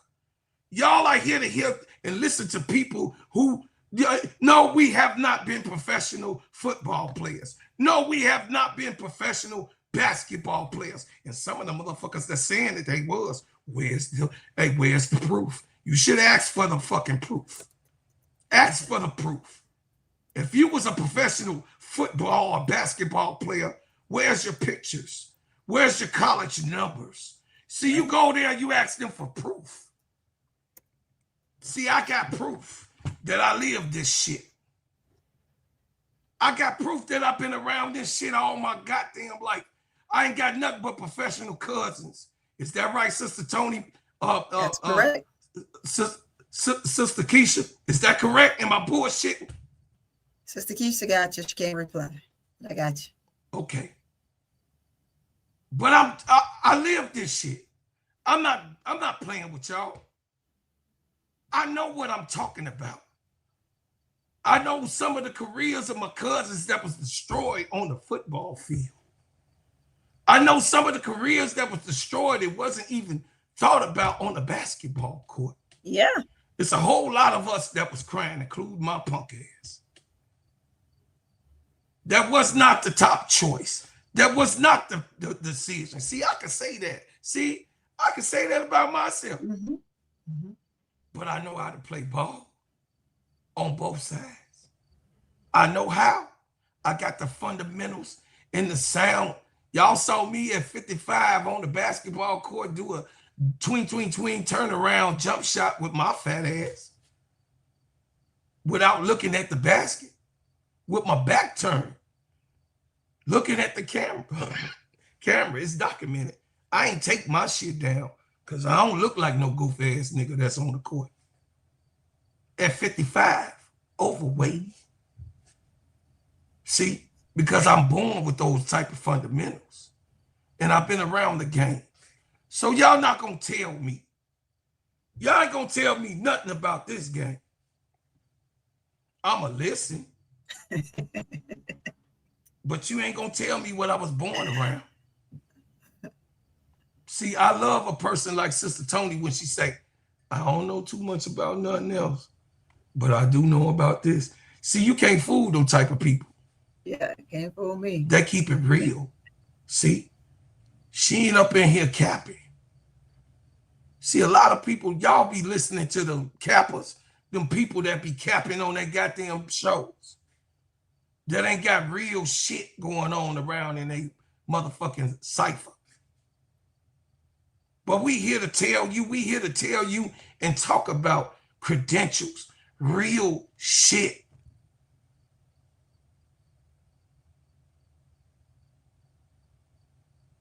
Real shit. Mm-hmm. And Shedeur Sanders should be a starter, Sister Tony. That's all I'm talking about. He should have an opportunity to do with all of those players that I brought up. Opportunity. That's he earned it. Opportunity. He earned that opportunity. Mm-hmm. So that's what me, Sister Keisha, and yourself were talking about. And you made it clear. You was like, no, he should start. But based on this, that's fine. But Terry Bradshaw, once again, said the Caliban don't mean shit. Yeah, it doesn't. And however, it's a shame, like you said before. However, they use that for a lot of these athletes, but, you know, they get shafted. And sometimes they end up calling them back a little bit later because they know that they made a mistake, right? Because Absolutely. They haven't seen all the film. They get them in a combine. They say they look like this, and it takes the word of one person and say X, Y, Z. I'm going to say this right now. One of my real close friends, her stepson is in the league. I ain't going to tell you yet, right? He's in the league. He's a rookie. He wasn't on get drafted, but he got a call. And he's out there. And guess what? He's balling his ass off. So that's right. It happens like that. Mm-hmm. It happens like that. So mm-hmm. It's tough when you're going through those combines and you're being picked based off of that, because you could have a bad moment. It could be that moment. That bad day, moment something else will going determine a on. lot, right? Look at the Glasgow family. You know David Glasgow. He played. Another real good friend of mine. Actually, he coached my son. His son should have been in the league, but didn't have a good showing in the combine. However, it determined his faith in the league. And it's trash, but that's just the way it is, guys. That's the way it is. Now, I had to get that out, Sister Tony. Yeah, I'm You glad know, a you lot did. of You feel people, better? yeah, a lot of people be capping, no, Sister Tony. You They know what I'm do. saying? I don't like cappers. Yeah. I don't like people who talk about something, especially sports, and they not true to it. Hey. I'm not, listen, I'm not What's a up, capper. What's up, Brass? Brass? What's up, baby? Hey, we're talking a little football here. Hey, also remember, I mean, you'll learn about me as we go. I'm not a person that brag and boast, right? That's but right. When you know people or Texas is big and Texas is huge on football, and you run across a lot of professional players that's retired and they coach.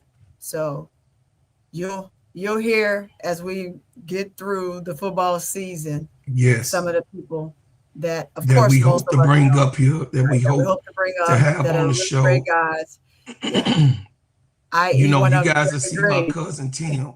Y'all heard from my cousin Tim before on my earlier shows.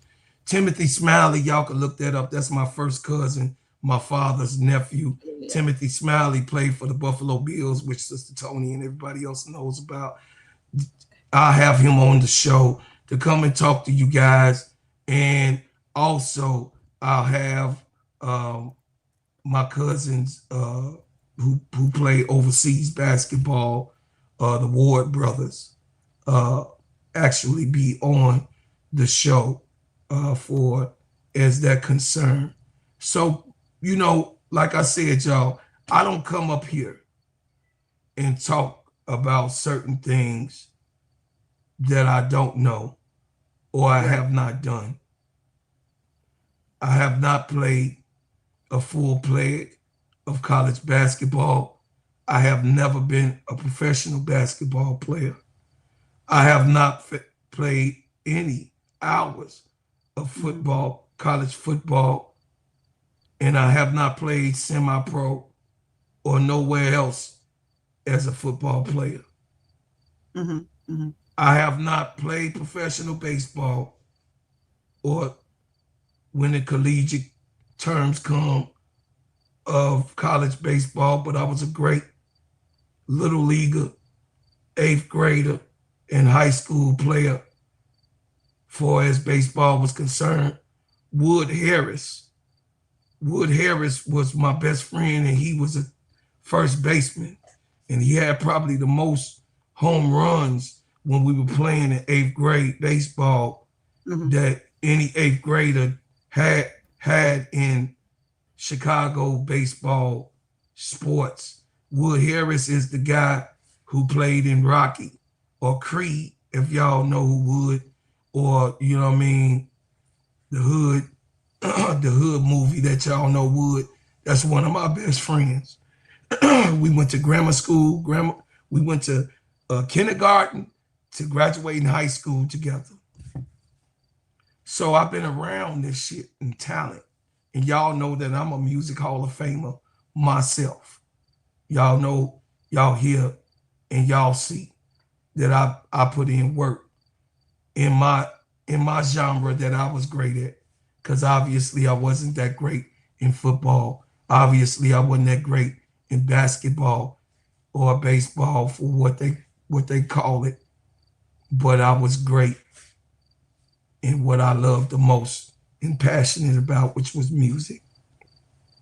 So we gonna close this show with a good show, Sister Tony and Sister Keisha. Yep. I appreciate everybody that came here and talked up. Listen, y'all came in late. Get it on the playback. Get it on the playback because this was an interesting show. This was one of our biggest shows that we had, Sister Tony. This was a Hey, great. thank you. This Thank you was guys. no. Appreciate you. This was a great show, It's a and great I take. appreciate everybody who came here, and I appreciate everybody takes. You know what I mean? Everybody takes are actually, you know what I mean, professional, and we was good up in this boy. So I want to go what you think about the Bread House Butters Whip You know I Organic love Shea your Butter. butters. Yes, They ma'am. smell so good and they make your skin feel so good. So when you used it for the first time, have you seen the development Of since course. you've been using My our skin butt? is more tighter and my skin is more shiny. And when I get out the shower, I apply it as soon as I get out the shower. Look While at my that skin bag, is y'all. still Look at moist. that bag. This is one of my prevalent customers who bring customers. This is a customer that bring customers. Yes, And I it is. love you. Say your name. Kelly. All right, Sister Kelly, we thank you. We appreciate you. And Bread House No Butters. problem. so support my business. It's not based on being a black business. It's a business, and my business is a shea butter that sheen, shine, heal, treat, moisturize, condition, and develop your skin. It is made, a product made, crafted, handcrafted by me and my family. We bring it to you with the best intentions to heal your skin, to go to the third layer, and also smell good all day long. This is my professional business that I have provided a way of life and the way of living. And this show is also sponsored by Bread House Butters. Thank you, Bread House Butters, for sponsoring us and being a prolific part of making money on this show. I appreciate you. Hey, look, y'all, Sister Keisha and Sister Tony, I thank you for having a great show and helping your brother produce something for the people. We had almost 200 people in the middle of their work hours go to the bathroom and type their comments and sit at their desks today. And of course, I had a couple of them crash out moments. But you did. What we talk about is fun, man. And guess what, y'all? There's nothing like real people being around real people. And I believe that God has made us come together as real people in this community and to show y'all that we love each other and how we listen to one another. And we are all in business together. This is a business. And you got to be careful who you go into business with. See, they say business, but this is a shared money program that we building from the ground. This show will have its own entity. Sister Tony is working on, Sister Keisha is working on having a prolific show of the Crash Out Room every Wednesday, Thursday, and Friday every week. We'll hold these positions. We will have this as Sister Tony. Y'all got to get her up. Y'all got to get Sister Tony numbers up. Yes, come on. Put your number, put your thing so I can show you. Show your screen. Yes, ma'am. So y'all got to go over to Sister Tony, So Pretty Tony, Court Vision with So Pretty Tony. Y'all got to go over there and get her numbers up. Get her numbers up. Get them up. Get them up. Once Get them up. you got to present it. Where is that, Tony? There I come. There I come. Okay. Right here. There you go. There you go. Look at that. We up from this. We up from before we started. That's good. That's right. I already know we gonna be, because this chat. Hey, the people in this chat, the people over here. Look at that, y'all. Hey, y'all can That's put so 8 more pretty. up there. Put 8 more. Hey, I wanted 130. It's 8 more. 8 more of you. Get over there and subscribe. Hit it. Get over more. there. Come on. 8 more. And we are at 2,273. We have went up, and wow, thank y'all. Thank y'all. Come over to Steady Serving Sports ENT, subscribe. And if you become a partner, you're going to start getting free music from me that you're going to be able to get, you know what I mean, on the members only. When you do the members only, I'm going to start working on my members only and making sure that the members only is able to receive videos and music that you can actually have to bang in your trunk. I'm going to send it via email. So most definitely you will have some of my songs and music that you would want to listen and to hear when you join this channel. Okay, Sister Keisha, if she here or not, I want to put up her number. She's listening. Okay, put your numbers in the thing if she could present it. If she got time to present it, because I ain't able to present it. She's back on the clock. Okay, yeah. Oh, okay. So y'all go over there to cut that ish. Real Talk 8 Sports. guys, come on, 8 more. Come on, hit that. 8 more.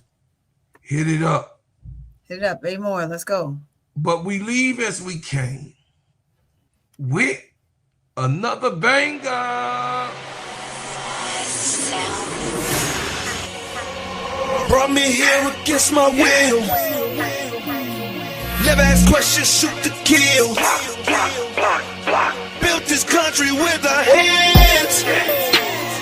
Label me 3/5 of a man. All we've ever known was pain. Mixed with thunder, mixed with rain. Our strength in God's love. New day and time. We will never be slaves again. I was born to be free, so take them cuffs off me. I mean mentally and physically. And don't be trying to taser me. My neck don't need your knee. And don't be pulling your gun on me. I don't need your punk degree. I know I'm supposed to be. See, I rule with 10,000 fearless, and we be all believers. We only roll off instructions given by a fearless leader. Man, y'all some cheaters. Your justice ain't gon' free us. Your Billy Club might can beat us, but the Savior came to free us. March on, how long? Never gonna get us nothing. Preach on, how long? My people out here suffering. We better be doing some adjusting. Politics is out here hustling. Gotta keep changing this thing, or my people just didn't die for nothing. We wanna be free. We just gotta be free. Freedom. Free. We just gotta go free. We want freedom. We just gotta go free. Freedom. We wanna be free. We just gotta be free. United we stand, divided we fall. Send a message to the black man, it's the final call. See, business is warfare, y'all, and it's gonna free us all. Time to better hood back, get that bread and mash some more. And when they leave the hood, what you gonna do? Are you gonna beg or plead or pull on through? Gotta spread that money with your crew. I'm spitting true game to you. Gotta get that sack, never look back, cause we're all came for you. We wanna be free. We just gotta be free. Freedom. We wanna be free. We just gotta go free. We want freedom. We wanna be free. We just gotta go free. Freedom. We wanna be free. We just gotta go free. We want freedom. Brought me here against my will. Freedom. Never ask questions, shoot to kill. We want freedom. Built this country with our hands. Freedom. Label me 3/5 of a man. We want freedom. All we've ever known was pain. Mixed with thunder, mixed with rain. Our strength in God's love. New day and time. We will never be slaves again.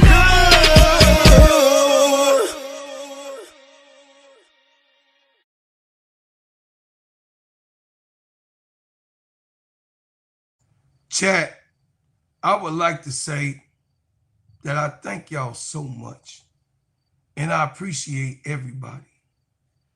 And I just want to show y'all when I talk about business, I don't know, y'all can see it, but okay, here it go.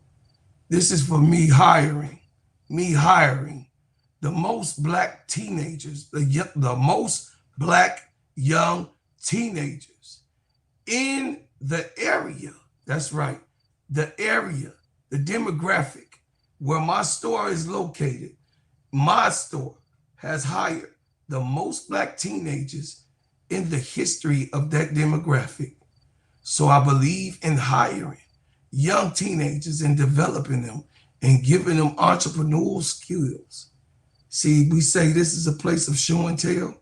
Like my sister Tony, I am an instructor. I am a developer. I am a man who believes in building our community. Support yourself. Show Black love. Give love to each and every person, whatever and whatever creed, color. As long as they give love to you, you give love to them. We out of here.